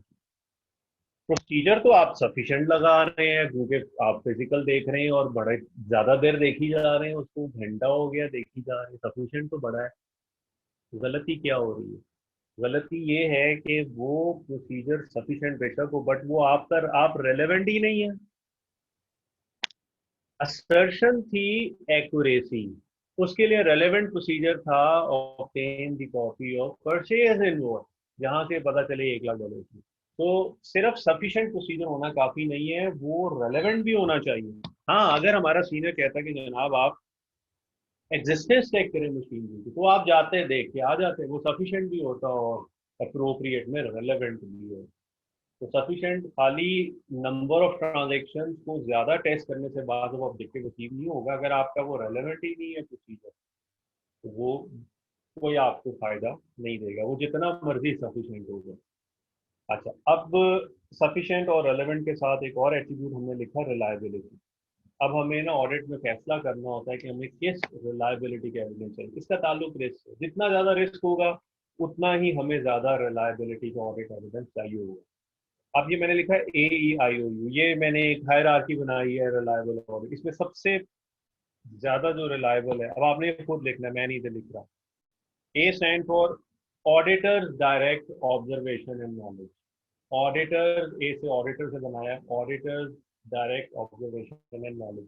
वो ऑडिट एविडेंस जो ऑडिटर खुद अपने हाथ से, अपनी आंखों से, अपने कैलकुलेटर से, अपनी वर्किंग से चेक करें, वो सबसे सुप्रीम ऑडिट एविडेंस। जो कैलकुलेशन आप खुद कर लेंगे, जो एसेट को जाके आप अपनी नेकेड आई से खुद देख के आएंगे, क्लाइंट को जा बच्चे देख के है या नहीं मशीन, जो आगे का सर है आपका, ये इतना रिलायबल नहीं है, आप खुद जाके देख के आएंगे। तो वो ऑडिट एविडेंस ज़्यादा रिलायबल होते हैं जो ऑडिटर खुद अपने नॉलेज से, अपनी ऑब्जर्वेशन से ऑब्टेन करते हैं। और जाहिर है रिस्क, जिस आइटम में रिस्क ज़्यादा होगा वहाँ पे ऑडिटर के नहीं आ रही है, मुझे रिस्क नहीं लेना, ये मुझे खुद चेक करना चाहिए, ना मैं इंटरनल ऑडिटर के काम पर रिलाई करूंगा ना किसी और पे। तो ए से आपने खुद लिखना है auditor's observation, auditor's direct observation and knowledge. E से बनाए external evidence. External evidences obviously are more reliable than internally generated audit evidence, और ये हम सबको एक्सटर्नल ज्यादा बेहतर है इंटरनल की निस्बत।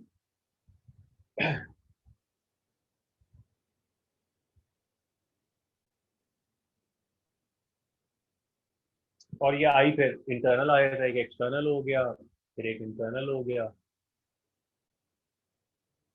फिर वो है लास्ट जी ओरल, यानी बिल्कुल जुबानी। ये बहुत लो प्लेस होता है, हम कोई भी चीज़ कोशिश करते हैं ओरल ना हो, इवन अगर हमें रिप्रेजेंटेशन भी लेनी है तो हम रिटर्न ही लेते हैं। तो रिटर्न जो है वो बेहतर है, ओरल जो है वो बिल्कुल बिल्कुल ही बेकार है। तो ऑडिट में अगर हमें कोई ओरल रिप्रेजेंटेशन मिलती भी है तो हम at the end of audit कोशिश करते हैं कि हर चीज़ को डॉक्यूमेंट कर लें और उनकी रिप्रेजेंटेशन बनाएं।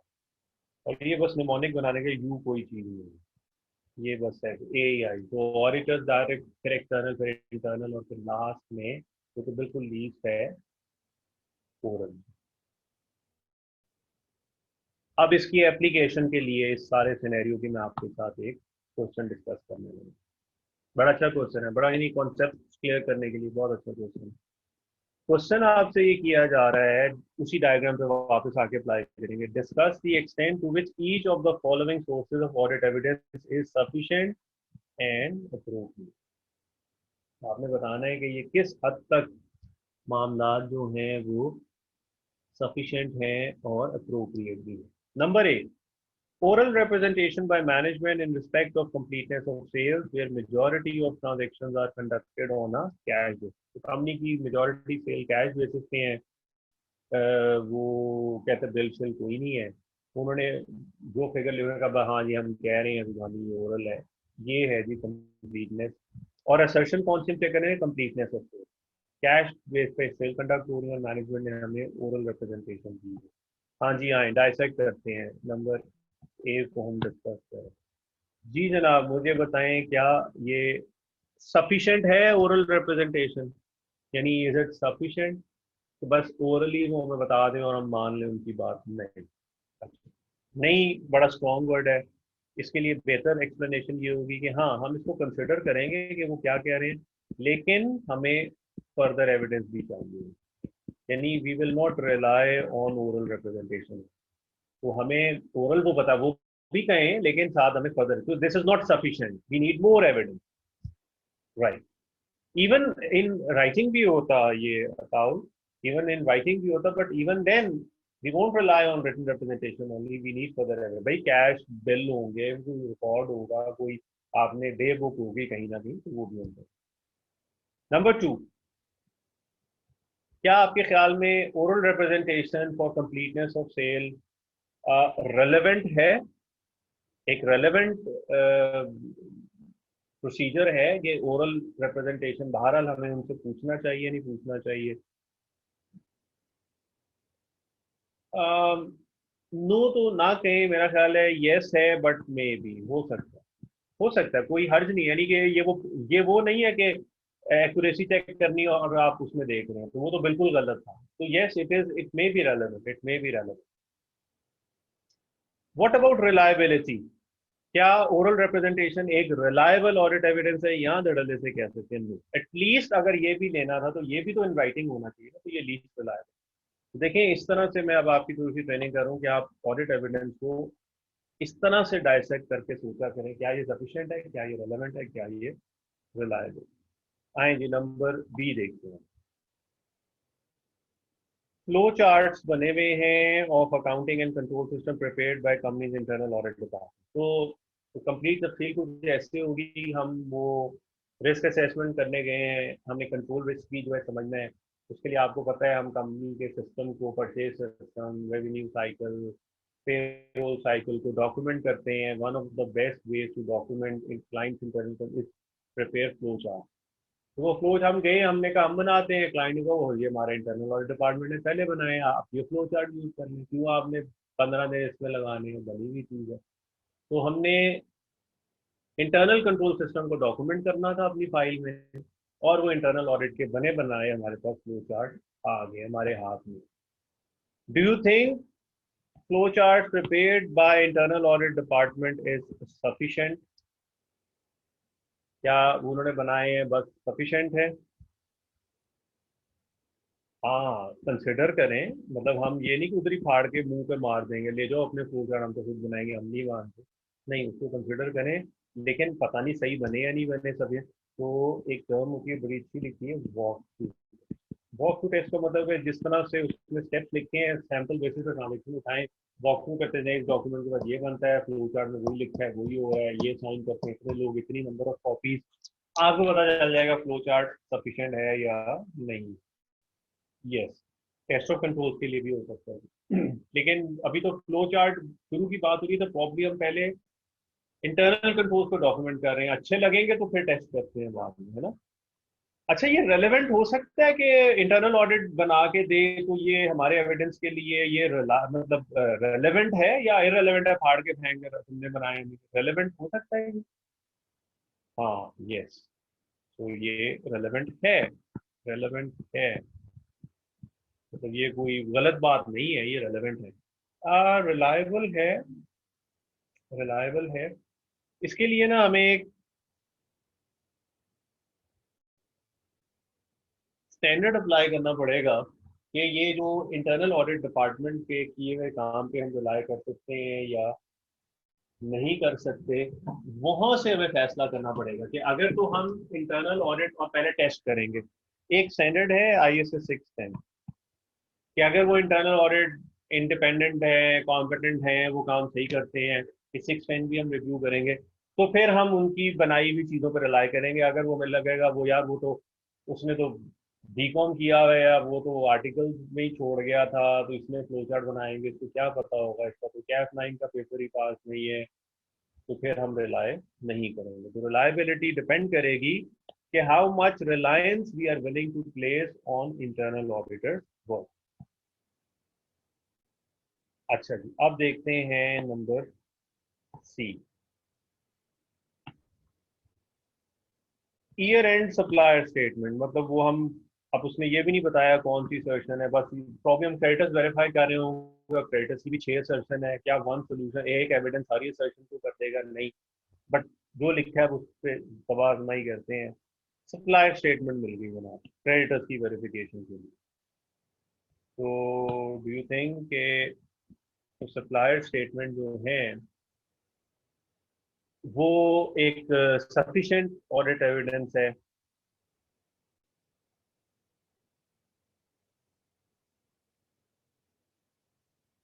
हो भी सकता है। और अच्छा, सफिशिएंट का मतलब होता है कि डेट्स ऑल, यानी इस पर्पस के लिए दिस इज इट।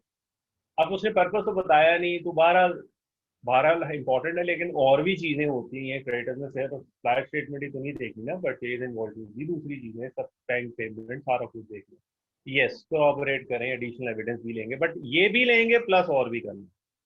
रेलेवेंट हो सकता है ये जो सप्लायर स्टेटमेंट है क्रेडिटर्स के लिए, सप्लायर्स के लिए रेलेवेंट तो है, बिल्कुल है। ये कौन कहता है रेलेवेंट है? रिलायबल है सप्लायर स्टेटमेंट, रिलायबल है, एक्सटर्नल बनी हुई है, इंटरनल बनी हुई है, यस यस यस, रिलायबल है। और अगर मजीद रिलायबल करना है तो गो फॉर एक्सटर्नल कंफर्मेशन, है ना। तो मजीद यानी उससे भी आगे जाना है तो एक्सटर्नल कंफर्मेशन भी कर सकते हैं। लेकिन बहरहाल ये सप्लायर स्टेटमेंट क्लाइंट ने बनाई, एक्सटर्नल बनाई है। मजीद जिस तरह बैंक स्टेटमेंट एक्सटर्नल एविडेंस है, बट हमें और ज्यादा एविडेंस चाहिए तो हम डायरेक्ट कंफर्म कराएं। नहीं, रिटन रिप्रेजेंटेशन वो भी हम पढ़ेंगे कि 580 के रिटन रिप्रेजेंटेशन कहाँ ली जा सकती है, कहाँ नहीं ली जा सकती। It won't always work, it won't, there are specific situations, वो भी हमने पढ़नी। Physical inspection of non current asset by auditor. अब उसने ये नहीं बताया कौन सी सेशन के, बहरहाल एक टेस्ट उसने बता दिया कि नॉन करंट एसेट को हमने फिजिकली जो है वो जाके देख लिया फैक्ट्री में, सफिशिएंट है जी, डन, ओके, देख लिया। देख लिया तो बस काफी है, एक्यूरेसी भी कंफर्म होगी, डिस्क्लोजर भी, प्रेजेंटेशन भी, सारी चीजें हो गई। देखना भी है प्लस बिल भी लेने हैं, प्लस डिप्शन भी कैलकुलेट करनी है। हाँ, उसने एग्जिस्टेंस नहीं लिखा था ना, उसने कहा फिक्स एसेट्स के लिए बताएं, तो फिक्स जब कुछ नहीं लिखा नॉन करंट एसेट्स, तो इसका मतलब है नॉन करंट एसेट्स में ये होती है असर्शन। तो सबके लिए फिजिकल इंस्पेक्शन, सबके लिए नहीं बट यस, प्लस और भी एविडेंस लेना। रेलेवेंट है, हाँ जी रेलेवेंट है, रिलायबल है, बहुत रिलायबल है, क्योंकि हम खुद इंस्पेक्ट कर रहे हैं, इससे बढ़ के तो कुछ नहीं हो सकता ना। गुड। और लास्ट है जी number E, comparison of statement of profit or loss item for current period with corresponding information for, तो इनकम स्टेटमेंट में हम current salary, last salary, current repayment last year से चेक कर रहे हैं, तो एनालिटिकल प्रोसीजर्स की शायद बात हो रही है। तो आपके ख्याल में इनकम ये सफिशेंट होता है? नहीं, हम एनालिटिकल भी करते हैं प्लस मजीद काम भी करने, जहाँ बहुत ज़्यादा वेरिएशन आएगी फिर हम वाउचिंग भी तो करते हैं ना, जिस आपको पता ही है इनकम स्टेटमेंट में लास्ट ईयर से जिस हेड में ज़्यादा वेरिएशन है उसको पूरे मजीद चेक करना पड़ेगा। रेलेवेंट है, बिल्कुल रेलेवेंट है। रिलायबल है, बिल्कुल रिलायबल है। ये एनालिटिकल प्रोसीजर हम खुद लगा रहे हैं, ऑडिटर लगा रहा है, यस इट इज रिलायबल।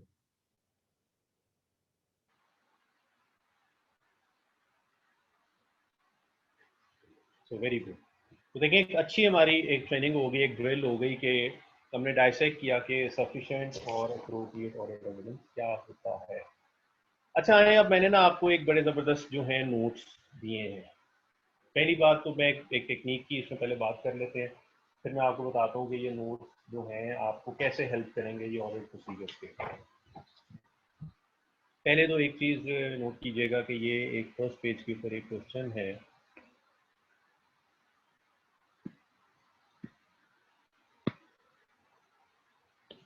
इसमें रिक्वायरमेंट है describe matters you would consider, ये एक, and audit evidence you would obtain. तो पहला हो गया मैटर्स टू कंसिडर, और फिर है ऑडिट एविडेंस। अब यहाँ एग्जामिनर ने ये नहीं कहा मुझे ऑडिट प्रोसीजर्स बना के दे, उसने कहा ऑडिट एविडेंस। तो अब आप गौर कीजिए, ऑडिट एविडेंस बनाना थोड़ा मुश्किल होता है एग्जाम में, कैसे? अब देखें, ऑडिट प्रोसीजर को ही थोड़ा चेंज करना है। जब हम ऑडिट प्रोसीजर बनाते हैं, मैं टेक्निक दे दूँ, ऑडिट प्रोसीजर बनाते हैं हम स्टार्ट करते हैं action work, check, calculate, inspect, observe, discuss, है ना, कोई एक्शन लगा। लेकिन जब ऑडिट एविडेंस लगाना है तो हमने स्टार्ट करना है एक नाउन से, a bank state, a sales invoice, a written representation. लेकिन फिर उसको आगे उस पर एक्शन भी बताना है कि बैंक स्टेटमेंट, खाली बैंक स्टेटमेंट ऑडिट एविडेंस नहीं है, bank statement on which subsequent positions have been marked. A recalculation sheet showing the evidence of calculation of depreciation, बजाय इसके हम कहें calculate the depreciation, हम कहेंगे a sheet showing calculation of depreciation। तो आपने नाउन पहले ले आना है, एक्शन बाद में ले जाना है। अगर प्रोसीजर बनाना है जो कि नॉर्मली होता है 95% के अंदर 5% मार्जिन रख लेते हैं, तो पहले एक्शन फिर से। असल यहाँ पे देखें, indication that the value of this, number 2 को छोड़ दें, ये ठीक नहीं है, ये गलत है। यहाँ उसने लिखा रिकैलकुलेशन ऑफ प्रॉफिट, ये तो ऑडिट प्रोसीजर है, मैं इसको एविडेंस बनाने लगा हूँ, यहाँ पे ऐड करूंगा रिकैलकुलेशन शीट, ये ऑडिट एविडेंस बन गया, रिकैलकुलेशन शीट ऑफ प्रॉफिट और लॉस ऑन। तो अगर आप खाली कहते हैं ना रिकैलकुलेट प्रॉफिट, तो ये प्रोसीजर है, recalculation sheet is your evidence. इसी तरह नोट ऑफ फिजिकल इंस्पेक्शन, अगर आप फिजिकल इंस्पेक्ट लिखते हैं, फिजिकली इंस्पेक्ट दी एसेट, तो वो प्रोसीजर है। लेकिन आपका note of physical inspection to ensure is note, minutes of meeting, copy of management impairment review, fair value verified, note of observation, तो ये एविडेंस है। ये मुश्किल होते हैं एग्जाम में, मुश्किल इसलिए होते हैं कि कम प्रैक्टिस होती है, कम ऐसा मौका मिलता है, कम सोचा होता है। ऑडिट प्रोसीजर कन्वेंशनल है, रूटीन के हैं, वो तो बार बार लिखेगा चेक कर लो, ये कर लें, वो कर लें। जिस तरह अगर मैं नीचे आऊँ, नीचे अब आपको प्रोसीजर्स बने हुए मिलेंगे, obtain management calculation, reperform calculation, compare the cash flow calculation, compare, ensure, review, ये सब क्या है? ये प्रोसीजर्स की फॉर्म में लिखते हैं। तो ये भी आप देख लेगा इन क्वेश्चन में, कुछ प्रोसीजर्स के फॉर्मेट में है, कुछ जो है वो आपके एविडेंस के फॉर्म में। ठीक है। हाँ हाँ, नाउन का मतलब है बैंक स्टेटमेंट से, नाउन का मतलब है नाम, और प्रोसीजर का मतलब है काम। जब आपने ऑडिट प्रोसीजर बनाना है तो काम से शुरू करना है। चेक, वेरीफाई, ऑब्टेन, ये these are called action word. जब मैं आपसे कहूँ ऑडिट एविडेंस क्या लेंगे इस काम के लिए, तो फिर आपने वो नाम लिखिए, इस काम को वेरीफाई करने के लिए मुझे बैंक स्टेटमेंट की कॉपी चाहिए, मुझे copy of minutes of the meeting चाहिए, that shows the approval of bonus. ठीक है, तो फिर आपने नाम बताना है। मैं आपसे पूछता हूं कि मुझे बताएं आप क्या ऑडिट एविडेंस लेंगे, तो आप मुझे कहेंगे सर मैं ये लूंगा, ये एविडेंस लूंगा, ये मैं आपसे पूछूंगा ये काम आप कैसे करेंगे, फिर आप कहेंगे सर मैं ये काम ऐसे करूंगा, मैं ये चेक करूंगा, मैं ये वेरीफाई करूंगा, मैं ये करूंगा। हाँ, ठीक है। तो अभी मैंने डिफरेंस आपको बताया कि प्रोसीजर कैसे बनाने, एविडेंस कैसे बनाने। अब देखें, मैंने आपकी आसानी के लिए एक काम किया, वो काम क्या है? अब मैं ऑडिट प्रोसीजर्स की आपको ना एक आइडिया लिस्ट दे रहा हूँ, क्योंकि एग्जाम में ऑडिट प्रोसीजर आपको डिफरेंट स्टैंडर्ड्स, डिफरेंट आइटम के हवाले से आएंगे। मैंने डिफरेंट सोर्सेस से ना आपको एक लिस्ट ऑफ ऑडिट प्रोसीजर दे रहा हूँ for different items of financial statement, एक आइडिया लिस्ट। आप उनको पढ़ें, उनको समझें, रट्टा नहीं लगाएं, समझें। वही अप्रोच है, what, how, why. Audit evidence sufficient, appropriate, difference between audit procedure, audit evidence को सामने रख के ये एक आइडिया लिस्ट है। इसमें छोटे छोटे मैंने क्वेश्चंस भी रखे हैं और प्रोसीजर्स की लिस्ट भी दी है। आप इन्हें पढ़ें, समझें और अप्लाई करें सिचुएशन में। रट्टा लगाने का कोई फायदा नहीं है, समझ के याद करें। कहीं एज इट इज भी लिखने के लिए आ सकते हैं, कहीं according to situation. For instance देखें मैंने क्या किया, मैंने आपको IAS 16 के अंदर जो कुछ प्रोसीजर हो सकते हैं वो मैंने आपके साथ यहाँ पे दिया। फिर मैंने एक लिस्ट दी IAS 36 में। IAS 36 में बेशुमार चीज, सबसे इंपॉर्टेंट है वैल्यू इन यूज। आप कैसे डिटर्मिन करेंगे कि वो जो एसेट की हमने कहा था ना, value higher of fair value cost to sell and value in use कैसे वेरीफाई करेंगे? IAS 36 में ये आएगा। कैसे चेक करेंगे फ्यूचर कैश फ्लो ठीक है, डिस्काउंट रेट सही लिया कि नहीं लिया? ये आपकी वो लिस्ट ऑफ प्रोसीजर है। और याद रखें अगेन, प्रोसीजर बनाने के लिए आपके जहन में वो अकाउंटिंग स्टैंडर्ड होना चाहिए। उस अकाउंटिंग स्टैंडर्ड में जो जो चीज लिखी है उसी के ही आपने प्रोसीजर बनाने हैं। For example value in use आपको पता होना चाहिए। IAS 36 में लिखा है फ्यूचर कैश फ्लो चाहिए, तो हम क्या प्रोसीजर लगाएंगे? क्लाइंट से ऑब्टेन करेंगे कॉपी ऑफ प्रोजेक्शन और उसकी कैलकुलेशन चेक करेंगे, रिकैलकुलेट करेंगे, रेट चेक करेंगे उसने सही लगाया कि नहीं लगाया। तो जो अकाउंटिंग ट्रीटमेंट है उसी से आपने, उसी को सोच के वो जो FAA में अकाउंटिंग इशू है वहीं से उन्हीं अकाउंटिंग इशू को कैसे वेरीफाई करना है आप प्रोसीजर बनाएंगे। तो हैविंग सेड दैट, IAS 36 की मैंने आपको प्रोसीजर की लिस्ट दी। आगे देखते हैं और कौन कौन से स्टैंडर्ड। IAS 12, ये प्रोसीजर और उसका एक क्वेश्चन भी है। IAS 12 defer tax asset, defer tax liability को आपने, तो क्वेश्चन भी है, आंसर भी देखें। ऑडिट प्रोसीजर इस क्वेश्चन के हिसाब से बनेगा। IFRS 5, IFRS 15, ये देखिए ऑडिट प्रोसीजर की लिस्ट। अगेन मैं ये नहीं कहूँगा कि एग्जाम में IFRS 15 का कुछ भी आए तो आपने ये रट्टा लगा के लिख देना है, लेकिन स्मार्टली अप्लाई करना।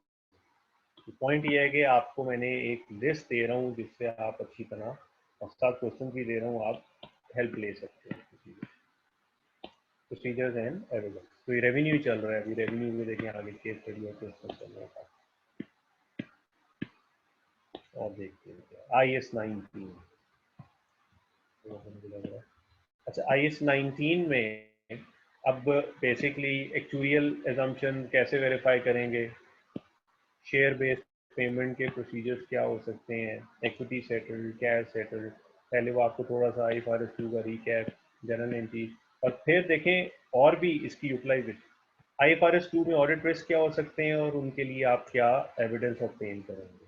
तो इस दफ़ा देखें ये रिस्क हैं और ये एविडेंस है। एविडेंस कहीं पे प्रोसीजर के स्टाइल में बना होगा, कहीं पे एविडेंस, लेकिन याद रखें आपको प्रोसीजर से एविडेंस भी उसी चीज को एविडेंस के फॉर्म में भी लिखना आना चाहिए और उसी चीज को प्रोसीजर के फॉर्म में भी लिखना आना चाहिए। यानी अगर मैं आपसे कहूँ कि आपने डिप्रिसिएशन चेक करनी है, मुझे एक प्रोसीजर बना के दिखाएं, आप डिप्रिसिएशन चेक करेंगे तो आप प्रोसीजर बनाएंगे, recalculate the depreciation of building, ये आपका प्रोसीजर है। अब मैं कोई इसका एविडेंस बनाए, आप कहेंगे a working paper showing the recalculation of depreciation, तो एविडेंस बन गया। तो ये कोई दो सेपरेट चीजें नहीं है, ये सिर्फ टेक्निक है, अल्फाज का हेर फेर है। मैंने हिंट दे दी, पहले वर्ब से स्टार्ट करेंगे तो प्रोसीजर बनेगा, पहले एक डॉक्यूमेंट से, एक नाउन से स्टार्ट करेंगे, एक नाम से स्टार्ट करेंगे, चाहे वो कॉपी ऑफ मिनट्स है, चाहे वो सेल्स इनवॉइस है, चाहे वो बैंक स्टेटमेंट है, चाहे वो GRN है, चाहे वो PO है, तो वो आपका एविडेंस होगा। अच्छा जी, अब इसके बाद अभी हम कंट्रोल्स की बात नहीं कर रहे हैं, कंट्रोल्स की बात बाद में करेंगे, हम प्रोसीजर्स की बात कर रहे हैं, ऑडिट प्रोसीजर, सब्सटेंटिव प्रोसीजर्स की बात कर रहे हैं, कंट्रोल्स बाद में।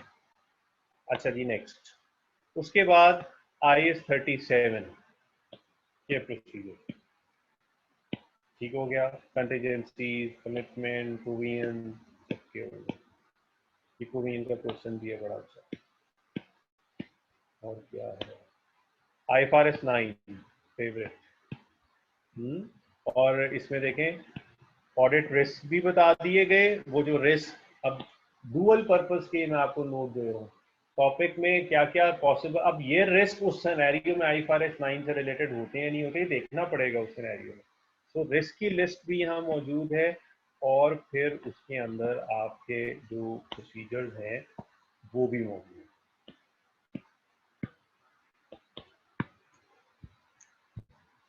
तो जितने आप समझे CFAP लेवल के इश्यूज हो सकते हैं, सिवाय कंसोलिडेशन के, वो जब मैं अलहदा से 600 कराऊंगा तो हम, तो फाइनेंशियल इंस्ट्रूमेंट का क्वेश्चन है। अब देखिए फाइनेंशियल इंस्ट्रूमेंट के इस क्वेश्चन में कैसे दिया गया, ऑडिट इशू बताएं and list the audit procedure. इस ऑडिट प्रोसीजर चेक, गौर करें, चेक, एग्री, ऑब्टेन, कंफर्म। अब इसी को एविडेंस से बनाना हो तो इसकी सीक्वेंस को पलट देंगे, ठीक है। तो ये आपके सामने बहुत सारे पॉइंट्स यहाँ पे। अब मैं आपको उस क्वेश्चन पे वापस लेके आता हूँ जो कल हमने किया था, दिसंबर 17 का ये क्वेश्चन था। आपको याद होगा वो वारंटी के साथ हम चीजें भेजते हैं, कोई एक्सीडेंट हुआ, 145 मिलियन पे भी किया, और कल जो हमने क्वेश्चन किया था याद है, identify the audit risk.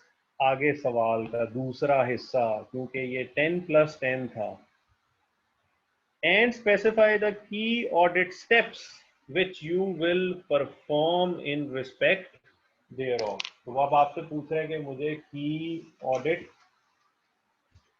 Steps बताइए जो आप यहाँ पे परफॉर्म करेंगे, तो की ऑडिट स्टेप्स।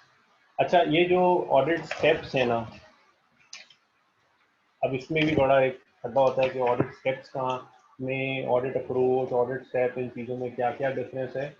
मैंने ना आपको ये भी क्लियर करना है, ये बताया। आज ये बड़ा कीमती लेक्चर है, इसमें बहुत सारी छोटी छोटी चीज़ें जो हैं वो मैं क्लियर कर रहा हूँ। मे भी आपको ये बाद में दोबारा भी मौका मिले या जरूरत हो तो आपने इसको ज़रूर देखना है, इसमें हम जो जो बातें कर रहे हैं वो किस तरह से अप्लाई हो। अच्छा जी, की ऑडिट स्टेप्स, पहली बात उसने ब्रैकेट में ये नहीं लिखा। एक और क्वेश्चन भी देख लेते हैं कि मैं क्या बात करने लगा। दिसंबर 16, ये भी हमने कल क्वेश्चन किया था, ठीक है दिसंबर, और मैंने कहा था कि इसके अंदर अब वो फ्रॉड रिस्क फैक्टर थी, तो कल हमने इन्हीं दो क्वेश्चन के हम दूसरा पार्ट भी दिए थे। इसके क्वेश्चन की रिक्वायरमेंट में ये लिखा हुआ था, identify areas of risk and, इस दफा वो क्या कह रहा है, प्लान्ड ऑडिट अप्रोच, और वो कह रहा है note detailed audit procedures are not required, detailed audit procedures are not required. तो प्लान्ड ऑडिट अप्रोच क्या होगी and how this requirement differs from this requirement, जहां पे वो कह रहा है की ऑडिट स्टेप्स बताएं, और आगे ब्रैकेट में कुछ नहीं कह रहा कि ये ना लिखें, उसने कोई नहीं कहा, बस उसने कहा की ऑडिट स्टेप्स है। मेरा पहला सवाल यहाँ लिखा है की ऑडिट स्टेप्स हैं, अगर वो यहाँ पे लिख देता की ऑडिट स्टेप्स की बजाय वो कहता एंड स्पेसिफाई ऑडिट प्रोसीजर्स, या वो कहता स्पेसिफाई ऑडिट स्टेप्स, तो क्या ये एक ही चीज के तीन नाम होते हैं, डिफरेंट होते हैं? डिफरेंस बिटवीन की audit steps, audit procedures, it's all one and the same, unless and until you are specifically told like this, detailed audit procedures are not required, फिर कुछ डिफरेंस आएगा जो कि अभी हमने देखना है, planned audit approach. Planned audit approach क्या है? तो प्लान्ड ऑडिट अप्रोच जब वो मेंशन करे डिटेल्ड प्रोसीजर नहीं चाहिए, फिर थोड़ा सा डिफरेंस है। उसके अलावा अगर वो ब्रैकेट में आपको कुछ नहीं कहता डिटेल, वो चाहे वो कहे कि ऑडिट स्टेप्स बताएं, ऑडिट प्रोसीजर्स बताएं, ऑडिट एविडेंस, वो टेक्निकल स्टाफ के अलावा ये सब एक ही चीज है। ठीक है, तो अब देखते हैं, हमने जो कल कुछ रिस्क निकाले थे उसके लिए जरा ये चेक करते हैं कि ऑडिट स्टेप्स हैं, एक दो सोल्यूशन से as part of learning activity जो आज हमने लर्न किया। मसलन यहाँ पे अगर मैं देखूँ, उसने पहला जो रिस्क था लिटिगेशन एंड क्लेम्स की बात कर रहा था जी, रिस्क। तो हमने भी कुछ ऐसी बात की थी, मैं पढ़ता हूँ रिस्क क्या है, क्योंकि दो पार्ट में हर चीज़ करने हैं, तो risk and procedure. Even though company has to pay 145 million in damages or itna repair, there is a still risk that might not be aware of further damage claims. तो ये हमने बात की थी कि ये तो है, लेकिन और भी हो सकते हैं जिसकी प्रोविजन करनी पड़े। There is also a risk, एक रिस्क एक पॉइंट के अंदर दो भी हो सकते हैं, further accident may occur, further case filed and after the balance sheet। दोबारा ये रिस्क हो। अब इस रिस्क को कवर करने के लिए प्रोसीजर्स क्या लगाना है, ये देखो। Send confirmation request, audit procedures कह रहा है, उसने ये नहीं कहा कि मुझे आप ऑडिट एविडेंस बनाए, उसने कहा प्रोसीजर्स लिखे। Send confirmation, consider engaging own legal counsel, inquire the management legal, how management, assess the potential impact, assess whether, verify current. और इन प्रोसीजर्स के लिए ये IS-37 मैंने आपको जो एक आइडिया लिस्ट दी है वहां से भी आप हेल्प ले सकते हैं। पास पेपर में बेशुमार प्रोसीजर्स होंगे, अपना लिख के फिर कंपेयर, हमेशा तरीका ये हुआ प्रोसीजर खुद जो जहन में आते हैं वो लिखें, फिर कंपेयर करें और लर्न करें, अरे यार ये वाला प्रोसीजर भी अप्लाई होता, मैंने क्यों नहीं लिखा। फिर दोबारा उस तरह का सिनेरियो आएगा, फिर आपकी क्वालिटी इंप्रूव हो जाएगी। और अगेन जिस तरह ऑडिट रिस्क कर करके इंप्रूव होता है, इस तरह ऑडिट प्रोसीजर्स भी कर करके इंप्रूव होते हैं, रट के याद करके नहीं होते। आपको नहीं पता चलेगा कि कौन सी चीज़ कहाँ लगानी है नहीं लगानी, वो आप जितना अप्लाई करेंगे तो उतना। इवन दो देखें उसने क्वेश्चन में कहा था, अब जरा मेरे साथ, उसने कहा था की ऑडिट स्टेप, लेकिन आंसर में देखें उसने क्या लिखा है, उसने ऑडिट स्टेप उसमें तो वर्ड वही प्रोसीजर ही यूज किया। तो as long as you are not specifically told कि मुझे डिटेल्ड प्रोसीजर नहीं चाहिए, आपने प्रोसीजर ही लिखने हैं, चाहे वो प्रोसीजर के स्टेप्स है जो कुछ भी है। ठीक है जी, ये जो बिल्कुल जवाब, यहाँ जितने भी प्रोसीजर लिखे हुए हैं मेजॉरिटी में वाई नहीं है। आपको याद है मैंने कहा था तीन चीजें होनी चाहिए, what is to be test, how it is to be test and why, है ना। आपको आई कैप मैंने आपको पहले शुरू में बता दिया था, आई कैप के क्वेश्चन में यहाँ पे हाथ हल्का है, ये जरूर पूरे करें। What is to be test, how it is, why बहुत कम होगा। आपको जहां जहां कंफर्म आप लिखते थे जरूरी नहीं है लिखना, जरूरी नहीं है, वाई का जवाब जरूरी नहीं है, कहीं है आ भी रहे हैं कहीं नहीं भी आ रहे, बट व्हाट और हाउ जरूर है। ठीक है, अब मेरे साथ रहना जिस तरह से मैं फ्लो, जरा अंडरस्टैंडिंग पे तवज्जो रखें कि मैं किन चीजों पे मैंने कुछ बातें और भी करनी। Audit steps, audit procedures, key steps, सबका आंसर ये है। ठीक है जी, roll number F0463। Audit steps, audit procedure, key audit step, सबका ये आंसर है। हाँ, अगर क्वेश्चन आता ऑडिट एविडेंस का तो भी यही चीजें लिखनी थी, लेकिन जरा उनकी अरेंजमेंट चेंज कर देनी थी, वर्डिंग अल्फाज का हेर फेर जो हमने पढ़ा, फिर हमने नाउन से शुरू करना था। ठीक है ना।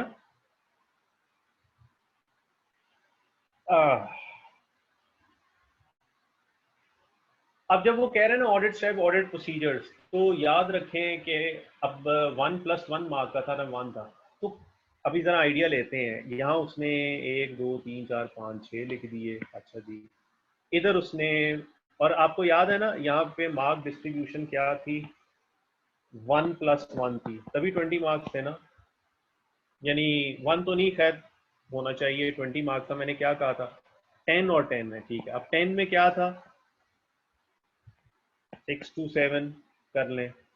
अब प्रोसीजर कितने लिखें यार किसी के, याद रखें एक प्रोसीजर हाफ मार्क,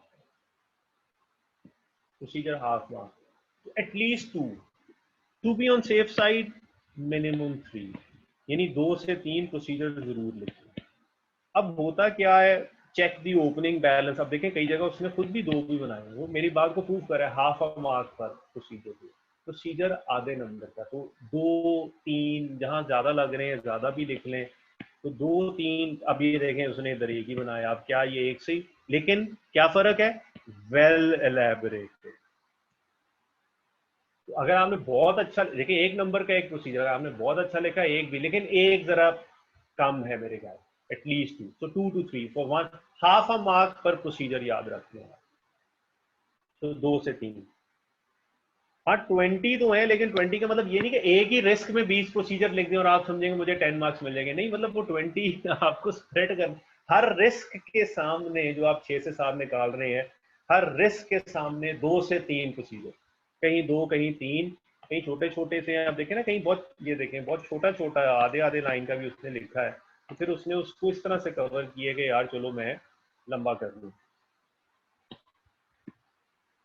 ठीक है। सो 2 से 3 प्रोसीजर मिनिमम, कहीं पे आप कहीं 2 कहीं 3 कहीं 4, ठीक है जी। तो ये हमें की जो ऑडिट स्टेप्स, ये ऑडिट प्रोसीजर्स, और उसका जवाब हमें मिल गया कि हमने कैसे इसको बनाना, ठीक है, क्लियर है जी। अब आते हैं इस तरफ जी, ये फिर दिसंबर 16 में क्या लिखना है, and the planned audit approach, और कह रहा है detailed audit procedures are not required. अब आपके ख्याल में मुझे बताएं क्या डिफरेंस है फिलोसॉफिकली, इस रिक्वायरमेंट को कैसे एड्रेस किया जाएगा, इसमें क्या डिफरेंट चीज है जी। आप अब मुझे इसका जरा बताएं, आपके ख्याल में क्या डिफरेंस होगा।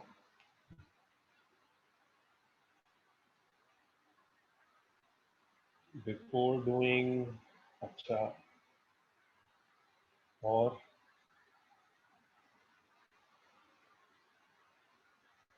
प्लान्ड रिस्पॉन्स, अच्छा है, अच्छा है। ना ना ना ना, रिस्क तो असेस कर लिए हैं, रिस्क असेस करने के बाद की बात हो रही है, रिस्क असेस हो चुके हैं। देखें, रियल ऑडिट के सिनेरियो में हो, हम क्लाइंट पे गए, अब देखें रियल सिनेरियो में हो, वहीं से जवाब आ गए। हम इनिशियल फेज में गए प्लानिंग एंड रिस्क असेसमेंट, हमने रिस्क असेस किए, रिस्क हमारे सामने निकल आए, इस ऑडिट में 10 रिस्क हैं। उसी दिन बैठ के पार्टनर मैनेजर स्टाफ सोच रहे हैं यार यहाँ करना क्या है, करना कब है, दोबारा आएंगे टेस्ट ऑफ कंट्रोल करने भी आना है, और फिर एंड पे सब्सटेंटिव करने भी आना है। आज बैठ के प्लान, यार क्या करना है सर, यहाँ पे ये करना चाहिए सर, यहाँ पे ये करना चाहिए, प्लान्ड ऑडिट अप्रोच। आज जिस दिन रिस्क निकालने उस दिन बैठ के हम ये फैसला कर रहे हैं कि आगे आने वाले दिनों में हम क्या करेंगे। अच्छा, जब आप ये होता है ना क्या करेंगे, आप जब आएंगे तो सब्सटेंटिव में बहुत काम, आप ओपनिंग बैलेंस भी चेक करेंगे, आप कुछ चीज़ें रिकैलकुलेट भी करेंगे, लेजर के बैलेंसेस ट्रायल बैलेंस से मैच करेंगे, ट्रायल बैलेंस को फाइनेंशियल स्टेटमेंट से मैच करेंगे, तो बहुत सारे काम आपने करने हैं। लेकिन प्लान्ड ऑडिट अप्रोच जो आप आज बैठ के आप मोटे मोटे डिसीजन लेंगे, माइक्रो में नहीं जाना। जो ऑडिट प्रोसीजर अभी हमने पिछले क्वेश्चंस में किए हैं ना, वो माइक्रो डिटेल है, इसीलिए 4 4 5 5 6 6 भी ये भी चाहे ओपनिंग कंफर्मेशन भी लेंगे, ठीक है जनाब, ओपनिंग बैलेंस भी चेक करेंगे, उससे भी कंपेयर करेंगे, जीआरएन को उससे भी कंपेयर करेंगे, माइक्रो लेवल डिटेल में। बट जब आप 3 महीने पहले बैठ के फैसले, तो बड़े मैक्रो लेवल, यार बड़े बड़े काम करते, गोइंग का क्या करें सर, प्रोजेक्शन लेनी पड़ेगी, ठीक है प्रोजेक्शन। अब प्रोजेक्शन लेके उसमें हर चीज़ की इसकी एजम्पशन, इतनी डिटेल की बात नहीं कि भाई फैसला हो गया, हाँ एजम्पशन लेनी पड़ेगी सर, ये प्रोविजन कंटीजेंसी, इसमें लीगल एडवाइजर से कंफर्मेशन है, बड़े बड़े फैसले करने हैं, छोटी छोटी बातें माइक्रो लेवल डिटेल्स नहीं लिखनी, मैक्रो लेवल हैं ऑडिट प्रोसीजर। देखिए मैं फिर जा रहा हूँ, करना वही काम है। मसलन अगर आपने ऑडिट प्रोसीजर फर्स्ट करें 8 लगाने एक एरिया में, तो अगर मैं आपसे कहूँ प्लान्ड ऑडिट को, तो उस 8 में से कोई काम की बहुत जरूरी 2 से 3 बातें लिखें, अब कहने को तो मैंने कह दिया 2 से 3 बातें मैक्रो लेवल की लिखें, बट वो क्या होंगी मैक्रो लेवल बातें, वो कौन सी बातें? इसका जवाब देखिए मैं आपको दोबारा लेके जा रहा हूँ।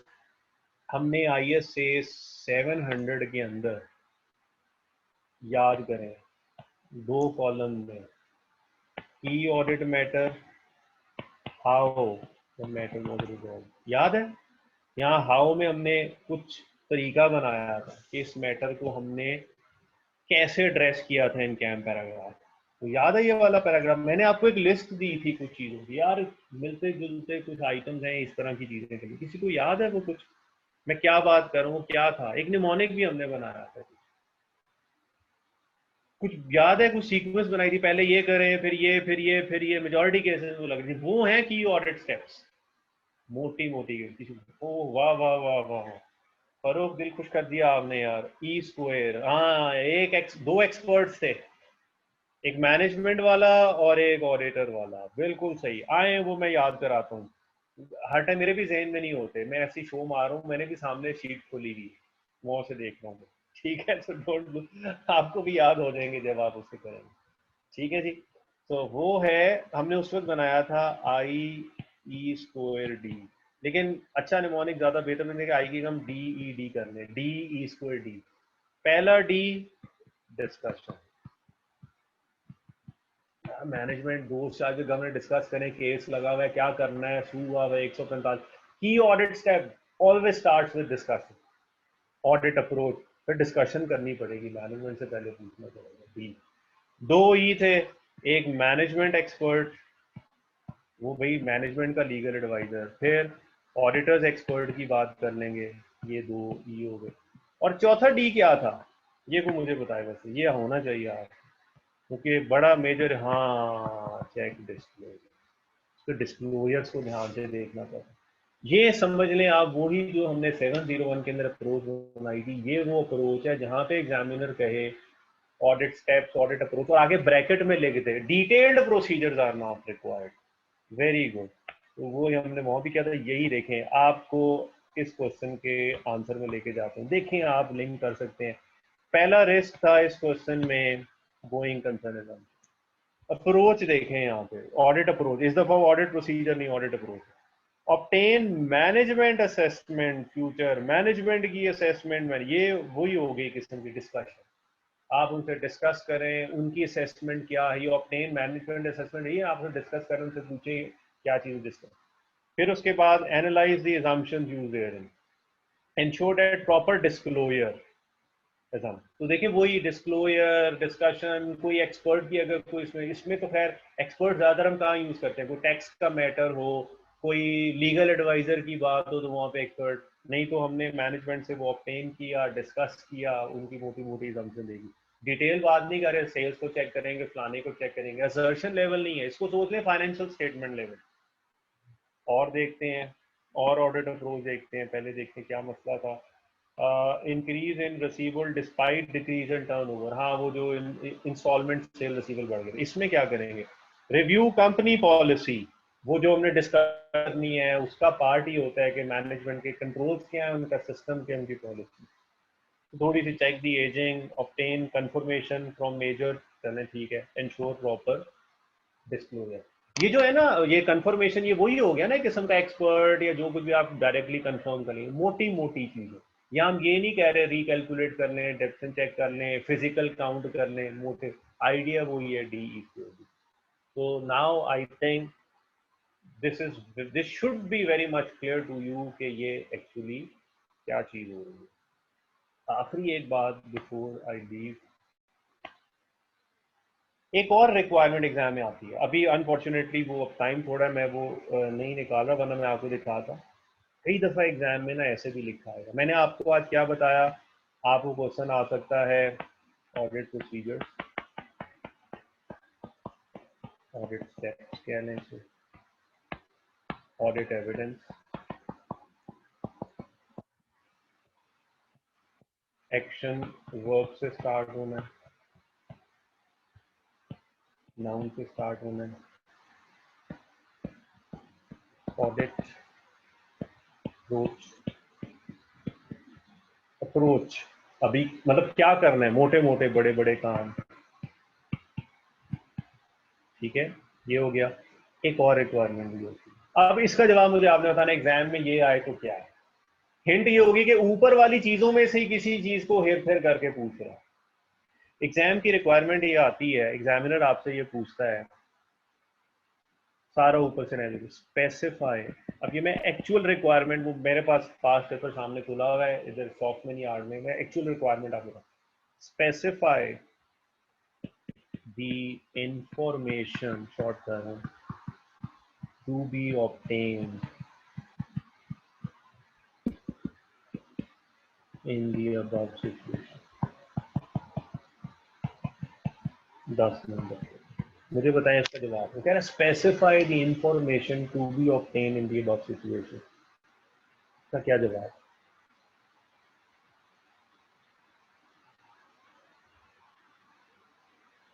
वेरी नाइस, वेरी नाइस, दिल खुश किया जनाब। आप इस सिनेरियो में क्या इंफॉर्मेशन लेंगे? इंफॉर्मेशन का मतलब I will obtain the copy of agreement. I will obtain the copy of, या we will obtain, या रिटन कंफर्मेशन लेंगे। यहाँ तो बोर्ड ऑफ डायरेक्टर्स के मिनट्स की कॉपी लेंगे जहां से ये पता चलेगा कि बोनस की अप्रूवल होनी चाहिए। हम उस क्लेम की कॉपी लेंगे जो कंपनी ने अपने सप्लायर्स पे किया है कि भाई तुम्हारी ब्रेक की वजह से फेलियर हुआ है, तुम मुझे कॉम्पनसेट करो। वो जो कंपनी ने क्लेम फाइल किस, कंपनी फ्रॉड हुआ, वो जो FIR कंपनी ने दर्ज कराई है अपने, हम उस FIR की कॉपी लेंगे। तो स्पेसिफाई द इंफॉर्मेशन, तो ये ऑडिट एविडेंस है, तो ये भी एग्जाम में रिक्वायरमेंट आती है। So lot of good stuff today has been discussed, और मैंने आपको उसके notes, way forward, practice, concept, differences between different type of exam requirement, तो सारी चीज़ें हमने डिस्कस की। हमारा ये जो एक समझ लें कि 20 to 30 मार्क्स का ग्रेड ए में जो एरिया है comprising audit risk and audit procedures, ये हमने कवर कर लिया।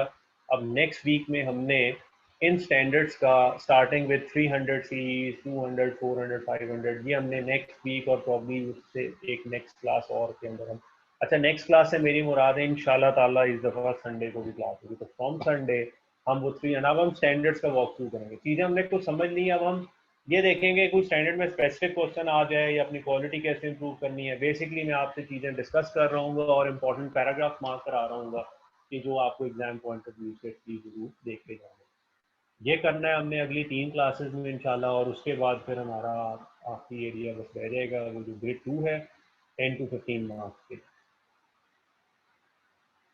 जी जनाब, ठीक है। So thank you very much, और अगर आपको ज़रूरत हो तो इस क्लास को दोबारा भी देख लीजिएगा। इसमें जहाँ जहाँ मैंने बातें हमने क्लियर की कि प्रोसीजर और एविडेंस में क्या फ़र्क है और राइटिंग कैसे करनी है, नोट्स भी आपके पास मौजूद हैं, तो स्पेंड सम टाइम, और जितनी ज़्यादा प्रैक्टिस करेंगे उतना बेहतर होगा। ओवरऑल ऑडिट स्टडी 300 में पढ़ेंगे। अब ये जो चीज़ है ना, ओवरऑल ऑडिट स्टडी, ये स्टैंडर्ड की चाहिए, ये we need to see these items from standard, ये 300 में ओवरऑल ऑडिट स्टडी वहाँ से पढ़ेंगे इंशाल्लाह। नेक्स्ट क्लास में ये पढ़ना है, ऑडिट स्ट्रैटेजी, ऑडिट प्लान, ये क्या होते हैं, ये टर्मिनोलॉजी, इनका क्या आंसर बनाना है मुझसे। तो थैंक यू वेरी मच,